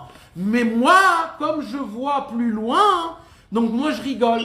Celui qui veut comprendre un petit peu ça, il faut qu'il voie le cours d'hier. Hier, on a parlé de la grandeur de Rabbi Akiva. Pourquoi Rabbi Akiva, il avait une force des yeux? C'est quoi la force des yeux, mes amis? De là, on apprend quelque chose d'important. Écoutez ce que je vais vous dire. En vérité, on apprend que tout est une façon de comment visionner les choses. Rabbi Akiva et les Chachamim. Les Chachamim, eux, ils voient les choses comment ils sont maintenant tout de suite. Ce qui se passe maintenant. Nous, on voit comment nous, on faute maintenant. Nous, on voit le dégât qu'on fait aujourd'hui. Nous, on voit les problèmes qu'il y a aujourd'hui. Comment c'est grave, comment c'est compliqué. Mais en vérité, mes amis, en vérité quoi? En vérité, il y a des tzadikim spéciales, des tzadikim amitim, du niveau de Rabbi Akiva, de Moshe Rabbeinu, où ces tzadikim-là, eux, ils ont une façon de voir les choses autrement de ce que nous, on voit. Eux, ils voient quoi? Eux, ils ont les yeux de regarder la chose comme Hachem le regarde. C'est-à-dire quoi? C'est-à-dire que quand le tzaddik il voit une destruction, pour lui, c'est le commencement d'une nouvelle délivrance. Parce qu'à travers cette destruction, on va bâtir quelque chose de plus grand. C'est quoi une destruction? C'est une faute à nous. Vous savez qu'est-ce qu'il a dit un jour, Rabbi Nachman? Rabbi Nachman, il a dit, vous voyez que vous fautez. Moi, je vois qu'est-ce que je fais avec la faute plus tard. Parce que moi, je vais prendre votre faute et je vais vous apprendre à faire teshuva. Et avec votre faute, je vais faire de ça une mitzvah énorme. Maintenant, nous, on ne le voit pas. Qu'est-ce qu'il y a écrit dans le Tanakh? Il y a écrit comme ça. Ubikshu etavonam velo matsu. Il y a écrit que dans le monde futur, après quand Mashiach viendra, on va chercher nos fautes. Pourquoi on va chercher nos fautes? Parce que de toutes les fautes qu'on a fait, ça va devenir des srouillottes, ça va devenir des mitzvot. Donc Rabbeinu il dit, chaque faute que vous avez fait, moi je vais dévoiler une Torah. Je vais dévoiler une Torah de vos fautes. Pourquoi? Parce que tous les Nevi'im et toute la Torah c'est quoi? C'est une Torah des fautes du Ham Israël. Donc on a pris les fautes du Ham Israël, c'est devenu une Torah. N'arrête ou pas? Le Vaudor, le Egel Hazav, c'est écrit dans la Torah. J'embrasse la Torah. Là où il y a écrit Egel Hazav, j'embrasse. Pourquoi? Parce que c'est la Torah. Moshe Rabbeinu, il a pris une faute et il a rendu une Torah. Et la para qui vient maintenant. Et la para qui vient. Mais c'est comme ça que ça se passe avec nous. Mais vous comprenez, mes amis, vous êtes... je ne sais pas si vous comprenez ce que je suis en train de vous dire. Les fautes qu'on a fait, les tzadikim, vous rendent de nos fautes des torotes énormes. Donc quoi? Donc ça veut nous dire quoi? Pas Chas v'Shalom qu'il faut faire des fautes, Chas v'Shalom. Pas du tout. C'est un mot et Tisha B'Av. Hein? Ça va devenir. C'est quoi que ça veut dire? On ne fait pas Tachanun Tisha B'Av. C'est ça. Ça veut dire quoi, mes amis? Ça veut dire que les tzadikim, eux, leur vision de nos fautes, elle n'est pas la même vision comme nous, on a sur nos fautes à nous, les tzadikim. Les tzadikim, ils voient à travers nos fautes les façons de comment nous, on peut découvrir Akadosh Baruch Hu en faisant teshuva sur les fautes. Plus un homme, il tombe Chas v'Shalom dans des endroits ou dans des trucs, plus il a une puissance qui est encore plus grande. C'est pour cela que Rabbi Akiva, il rigolait. Est-ce que vous avez compris tout ça? Maintenant, écoutez bien. Pourquoi Mashiach est mort tout de suite alors? Pourquoi il est mort? Alors, juste avant. J'ai pas terminé. Le Mashiach, il est mort tout de suite dans l'histoire parce que on n'attend pas Mashiach l'homme. On attend l'esprit du Mashiach. L'esprit du Mashiach, tant qu'il ne vient pas, Mashiach lui-même ne peut pas venir. D'abord, c'est l'esprit du Mashiach, le da'at du Mashiach. Il y a un esprit, Veruach Elohim merachefet al penei hamayim da rucho shel Mashiach. Qui se répand en vrai. Ça veut dire quoi? Ça veut dire qu'il y a un ruach, il y a un vent, un esprit du Mashiach, où tant que cet esprit du Mashiach n'est pas descendu, on ne peut même pas en parler du Mashiach. C'est le langage, c'est l'atmosphère, c'est la situation dans laquelle le Mashiach il veut t'emmener. Le roi du Mashiach. Le Mashiach c'est quoi? C'est qu'il enlève le mal et qu'il te donne que le bien. Il fait montrer comment tout est un, tout est en paix, tout est unique, tout est nouveau. C'est ça le travail du Mashiach. Il doit venir, il n'a pas peur du mal, il n'a pas peur de rien. Il vient, il envoie son da'at, il envoie son roi, et c'est un roi qui renouvelle tout dans le monde. La question est, c'est le Maharal de Prague qui pose la question, donc comment je reconnais le Mashiach? Comment je reconnais le Mashiach? C'est la raison pour laquelle il lui a posé la question à la madame, comment il s'appelle? Et qu'est-ce qu'il lui a dit? Il s'appelle Menachem ben Chizkia. Alors, le Maharal de Prague, il dit, ça veut dire quoi Menachem ben Chizkia? Pourquoi le Mashiach, il s'appelle Menachem ben Chizkia? Est-ce que Bémet, il s'appelle Menachem ben Chizkia? Le Maharal de Prague, il dit, mais non, pas du tout, c'est pas son nom. Sinon, tous nos enfants, on va les appeler Menachem ben Chizkia et c'est fini l'histoire. C'est pas ça que ça veut dire, il dit le Maharal. Il dit en fait, on sait que le nom Hachem ou Hanefesh. C'est quoi notre nom? C'est notre âme. Ça veut dire que dans notre nom, chacun, il a tout ce qu'il a besoin dans son nom. Tous les buts, tous les essentiels pour lesquels il est venu, toutes ses qualités, toutes ses forces, c'est dans le nom. Tu veux connaître quelqu'un, les tzadikim à l'époque, quand ils voulaient connaître quelqu'un, tu leur donnais son nom et à travers le nom, il arrivait à te dire qui tu es, comment tu es, tes qualités, tes défauts, etc. Tout ce qui se passe. Maintenant, écoutez bien, Menachem ben Chizkia, en fait, c'est un nom de caractère, c'est un nom de catégorie, c'est un nom symbolique, c'est un nom qui veut nous dire quelque chose de très, très, très important. Quoi? Il dit, le Maharal de Prague, le premier travail du Mashiach, c'est quoi? Prinat Menachem. La première chose que le Mashiach il va faire, mes amis, c'est quoi? La consolation. Menachem vient du mot consolateur. La consolation. C'est quoi la consolation? C'est quoi la consolation? La consolation, c'est un homme qui est rentré dans une prison pendant 25 ans pour quelque chose qu'il n'a jamais fait. C'est puissant quand même, hein? Qui rentre en prison 25 ans. 25 ans et il n'a rien fait. Maintenant, un homme comme ça, il est complètement béyouch, nahon? Un homme comme ça, c'est fini pour lui. Et qu'est-ce qui se passe après 25 ans? Il y a un horaire din, comme on dit, un avocat. Et l'avocat, et c'est son propre avocat. L'avocat, il vient, il lui dit, Baba, C'est bon. j'ai une très bonne nouvelle. Ah ouais, quoi? J'ai trouvé une preuve. J'ai trouvé le vrai tueur. C'est pas toi. Il a avoué. Mais, dans 2 ans, il va témoigner. Qu'est-ce qui se passe à ce moment au monsieur qui a 25 ans? Qu'est-ce qui se passe? Ça s'appelle Nechama. C'est ça, Menachem. Une consolation. C'est quoi une consolation? C'est quoi une consolation? C'est pas que tu viens et je te dis, oh, miskin, miskin, miskin. C'est pas ça, consoler. C'est quoi consoler? Consoler. Et lui donner un espoir. T'inquiète pas. Alors non, il faut être très médouilla. Comment on dit? Il faut être très précis. C'est quoi? Dans la consolation, c'est un espoir. Pas maintenant, mais un espoir. Ça l'accrochait à quelque chose en fait. Ça le tient en vie. Non mais c'est vrai. Ah oui. C'est pas faux. Ah oui, bien sûr. Maintenant, c'est il y a pas mal. deux, Ça, c'est pas mal. maintenant, il y a deux conditions pour recevoir une nechama. Ça serait pas mal, hein. Parce que si c'est maintenant, c'est une yeshua, c'est pas une nechama. Yeshua, c'est une délivrance. Délivrance, Ouais, ça prend du temps quand même. nechama, c'est plus tard. C'est quand qu'on est Menachem, Chazvé Shalom, c'est quand? Quelqu'un qui a perdu quelqu'un qui a perdu chez quelqu'un, tu le consoles. Ah, comment on le console? Tu lui dis des mots, des trucs. Non, etc. c'est ça ce que je suis en train d'expliquer. Ouais, ça va C'est aller. quoi la nechama? C'est important parce que les gens ils savent pas. Comment on fait la nechama? Quelqu'un il a perdu quelqu'un. C'est quoi la vraie chose que tu dois dire quand quelqu'un... On est mort. Ah là, Ouais, tu veux quoi? quand tu vas lui dire, il y aura la triatamétive. Qu'est-ce que tu lui dis là? Tu vas le revoir. Tu vas le revoir. Et comme nous, on a la émouna qu'on va le revoir, ça nous apaise. C'est pas pour l'éternité. Ça s'appelle une nechama.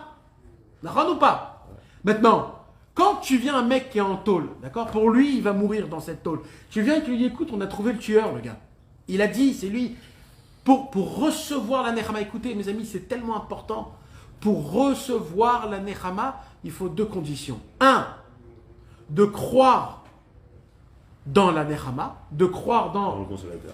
que l'avocat il vient, il dit j'ai trouvé le tueur. Déjà il faut croire. Et deuxièmement, que ça va se passer. Il dit le Maharal de Prague, quand le Mashiach va venir, il y aura des gens qui ne vont pas recevoir le Mashiach. Pourquoi? Parce que le Mashiach, son travail à lui c'est quoi? C'est de donner des consolations. Mais moi je ne veux pas être consolé. Je ne vais pas croire au Mashiach quand il va me dire si tu lis le Tikkun HaKlali, je te fais sortir du fin fond du Gehinnom. Si tu vas te tremper au mikvé du Hari, tu mourras pas sans le Tikkun. Il faut croire le consolateur. Donc même si le consolateur il vient et qu'on ne croit pas à la consolation, il n'a rien fait le Mashiach. C'est la raison pour laquelle on est en problème aujourd'hui en l'an 2020. Pourquoi on est en problème en l'an 2020? C'est pas le Mashiach qui n'est pas venu, le Mashiach il est venu des centaines de fois. Mais le problème, c'est qu'on n'a pas reçu sa consolation. Il est venu nous consoler, il nous a donné des choses. Et nous, on a dit... C'est ça qu'on a fait. Nous, on a dit, on ne sait pas, on ne voit pas. Donc, il dit, le premier, c'est quoi? Le premier, d'abord, c'est de recevoir la consolation, mes amis. Je suis en train de vous parler d'un problème amiti. Un vrai problème. C'est quoi le vrai problème? C'est que le Mashiach, il vient et on ne le croit pas. Ça veut dire quoi? Il nous donne des paroles de consolation, on n'arrive pas à le comprendre. Mais le Maharal de Prague, il dit, mais ça ne s'arrête pas là. Il s'appelle comment? Menachem ben Chizkia. Chizkia, ça veut dire quoi? Itraskut. Le travail du Mashiach, c'est deux choses. Premier, consolation. Deuxième, c'est quoi? Renforcer. Qu'est-ce que je vous ai dit tout à l'heure? Qu'est-ce qu'il a fait, Moshe Rabbeinu à Yoshua? Il lui a dit Chazek. Chazak. Yavo Shama Oto Chazek ki ou yanchilena et Israël. Moshe Rabbeinu, il appelle Yoshua et Dieu il lui dit à Yoshua Chazek Oto. Renforce-le. Pourquoi? Parce que le travail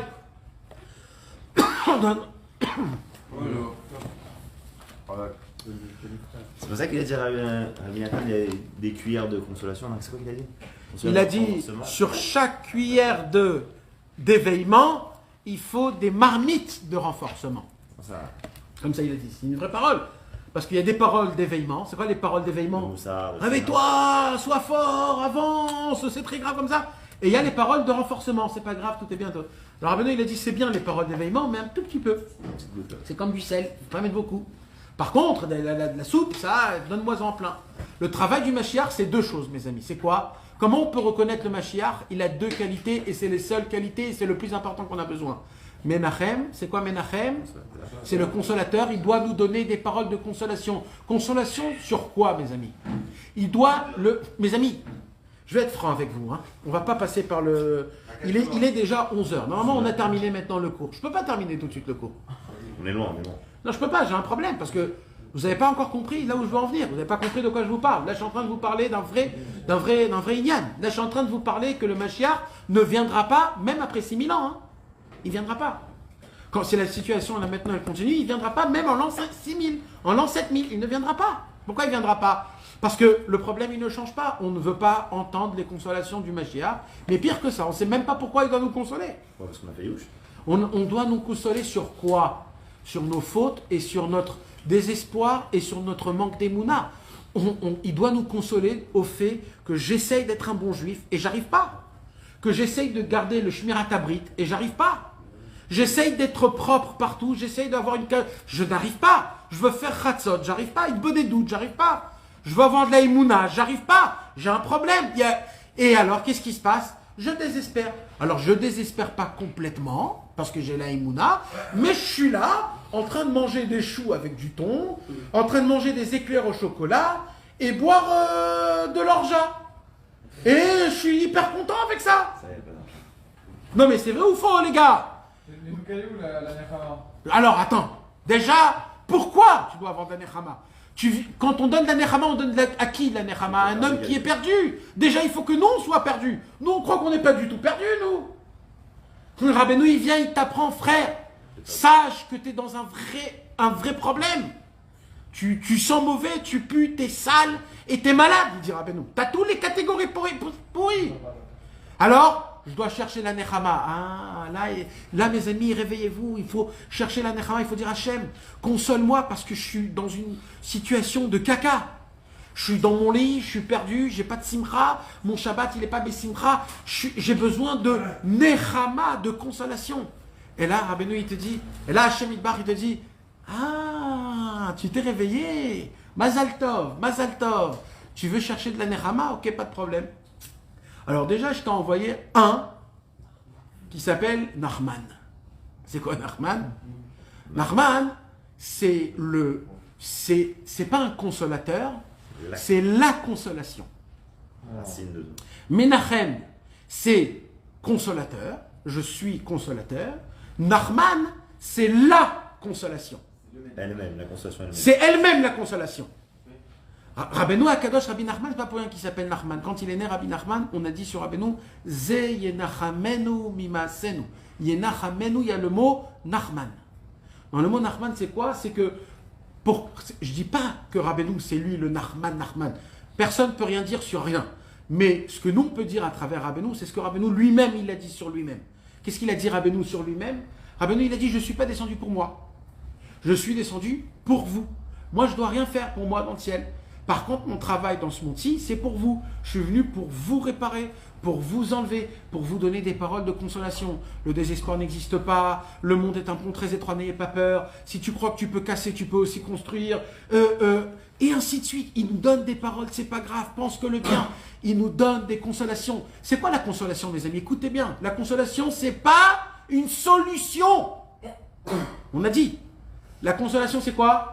Tu restes en prison, juste on te dit, tu vas sortir dans 2 ans. Mais tu restes en prison. Rabbeinu, il ne nous sort pas de notre guéhinom à nous, sans rien faire, peinard, comme ça. Rabbeinu, il vient, il dit, moi j'ai des paroles de consolation. Moi je vais être à côté de vous, je vais marcher avec vous, je vais souffrir avec vous, et je vais aussi sortir avec vous. Mais, pendant ce temps qu'on est là aujourd'hui dans ce monde-ci, je ne vous enlève pas le Yetzer Hara. Les Tavot, ils vont rester. Les Yetzer Hara, il va rester. Pourquoi? Parce que c'est le libre arbitre. Par contre, je vais vous apprendre comment se battre, comment ne pas tomber. Comment? Menachem ben Chizkia. Comment? Je vais vous renforcer. Je vais vous donner de la force. Regardez mes amis, combien de paroles de renforcement Rabbeinu il nous donne. Rabbeinu, c'est qui Rabbeinu en vérité? C'est lui le Ruach, c'est lui le Da'at. C'est lui l'état, comment on peut appeler ça? C'est l'esprit messianique, où il te donne une réparation au problème. Le souffle.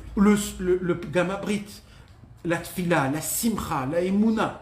Il te donne des réparations, il te renforce. Il te donne des consolations et il te renforce. Ça ne veut pas dire qu'il t'enlève, mais il arrive à te renforcer. Et c'est ça que nous, on doit chercher, mes amis.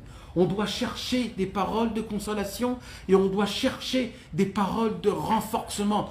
Et c'est comme ça, mes amis, si vous voulez éduquer vos enfants, ou alors si vous voulez avoir une bonne vie de couple, c'est la même situation. C'est 2 points. Menachem, Chizkia, la consolation et le renforcement. quand tu veux éduquer, comme nous on a été éduqués au martinet, comment on dit, les punitions et les savates, etc. Non mais Bémet, mes amis, mais Bémet, c'est pas comme ça qu'on éduque.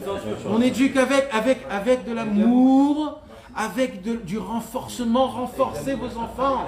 Nos enfants ont besoin de renforcement. On les brise, nos enfants. On leur donne pas des consolations, on leur dit pas que je te comprends.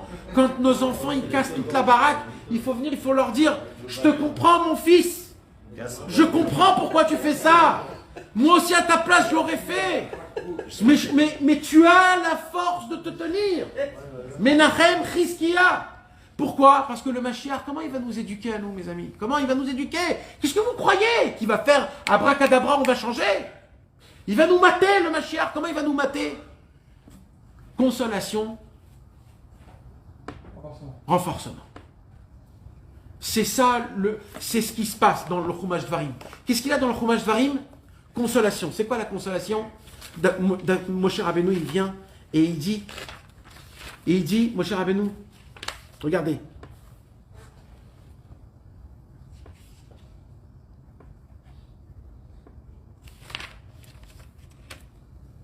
ואתם פנו לכם וסעו המדברה דרך ים סוף ותענו ותאמרו אלי חטאנו לאדוני אנחנו נעלה ונלחמנו ככל אשר ציוונו אדוני אלוהינו ותחגרו איש את כלי מלחמתו ותעינו לעלות ההרה. Il dit Moshe Rabbeinu, vous allez monter en Eretz Israël, vous allez vous ceindre, vous allez combattre parce que vous êtes très fort, vous pouvez. Qu'est-ce qu'il leur fait là? Renforcement. Et comment il dit? Chazek, appelle Yoshua, rends-le fort. Et d'un autre côté, qu'est-ce qu'il nous dit? Il nous dit des paroles de réconfort. Ele Adevarim. C'est quoi Adevarim? Diburim. C'est quoi ces Diburim? Des Diburim de consolation. Donc même Moshe Rabbeinu, il emploie dans le premier Chumash Dvarim, avant de mourir, des paroles de consolation, des paroles de renforcement. Mes amis, il dit Rabbi Nachman de Breslev, dans la Torah Pehe, Torah 85, de la deuxième partie du Likutei Moharan, la Torah Tisha B'Av, la Torah de Luz. Il dit Rabbi Nachman quelque chose de puissant, il pose une question énorme. Il dit Rabbi Nachman comme ça. On a vu que Luz, vous savez ce que c'est Luz? Luz, c'est un arbre qui fait sortir des égozim. Comment on dit des égozim?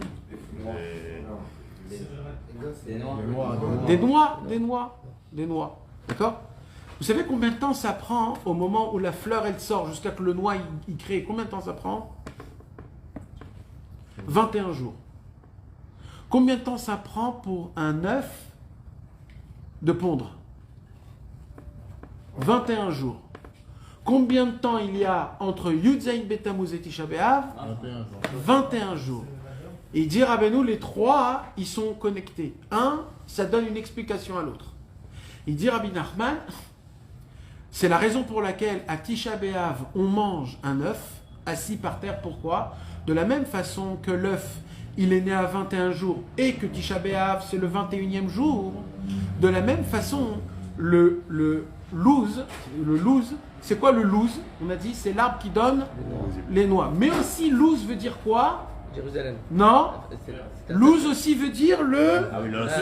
L'os. Ça s'appelait Luz aussi, la ville. Ça c'est pareil. Ouais, c'est pareil. La résurrection. La résurrection, comment on va être en résurrection? Par cet os. Par cet os. Comment cet os, il a de la force?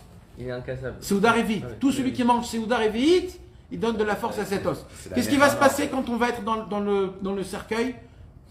Tout notre corps va être décomposé. Sauf sur les tzaddik. Et qu'est-ce qui va se passer? Le loose, il va rester. Le louz, il va rester. Et quand Hachem, il va demander que les morts se réveillent, il dit le soir à Kadosh, le louz, il va pousser des os, comme on avait, et à travers ça, on va se réveiller.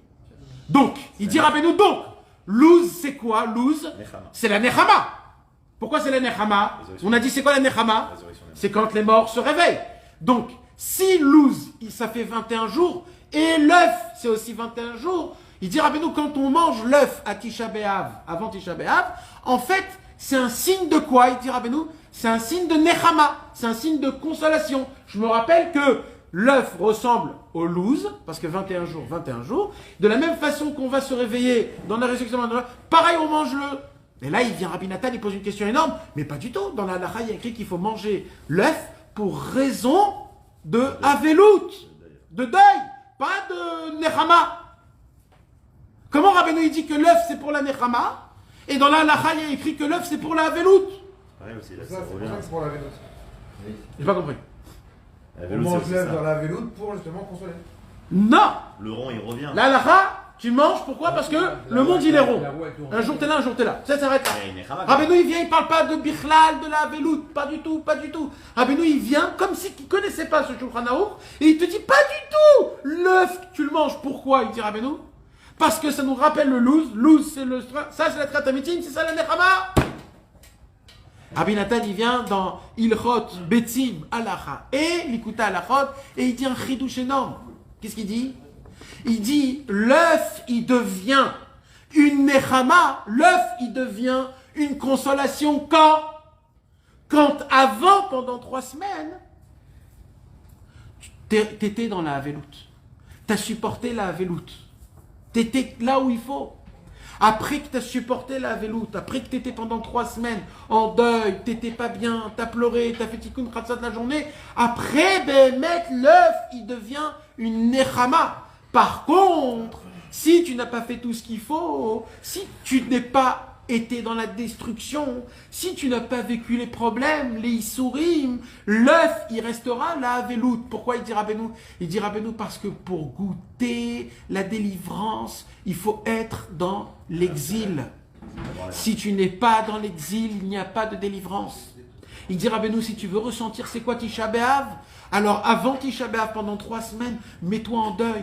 Mets-toi, pleure, ressens les problèmes. Pourquoi? Pour que le jour de Tisha B'Av te fait sortir de l'endroit là où tu étais.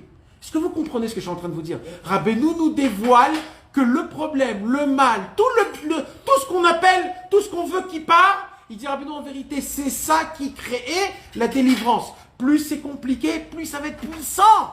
Plus c'est dur, plus ça va être énorme. C'est pour cela, il dit Rabbeinu, c'est pour cela qu'Hachem nous fait galérer 2000 ans. Tu sais pourquoi? Parce que ce qu'il veut nous donner après, c'est infini, infini. Pourquoi on a souffert la Shoah, le Portugal, l'Espagne, le communisme, tout. Pourquoi autant? Parce que ce qu'on attend plus tard, c'est infini, c'est quelque chose. Mais, il dit Rabbeinu, il faut accepter quand le mal, il arrive. Et il faut savoir que le mal, c'est le commencement de la bonne situation, du bien. Le bien, comment il grandit le bien?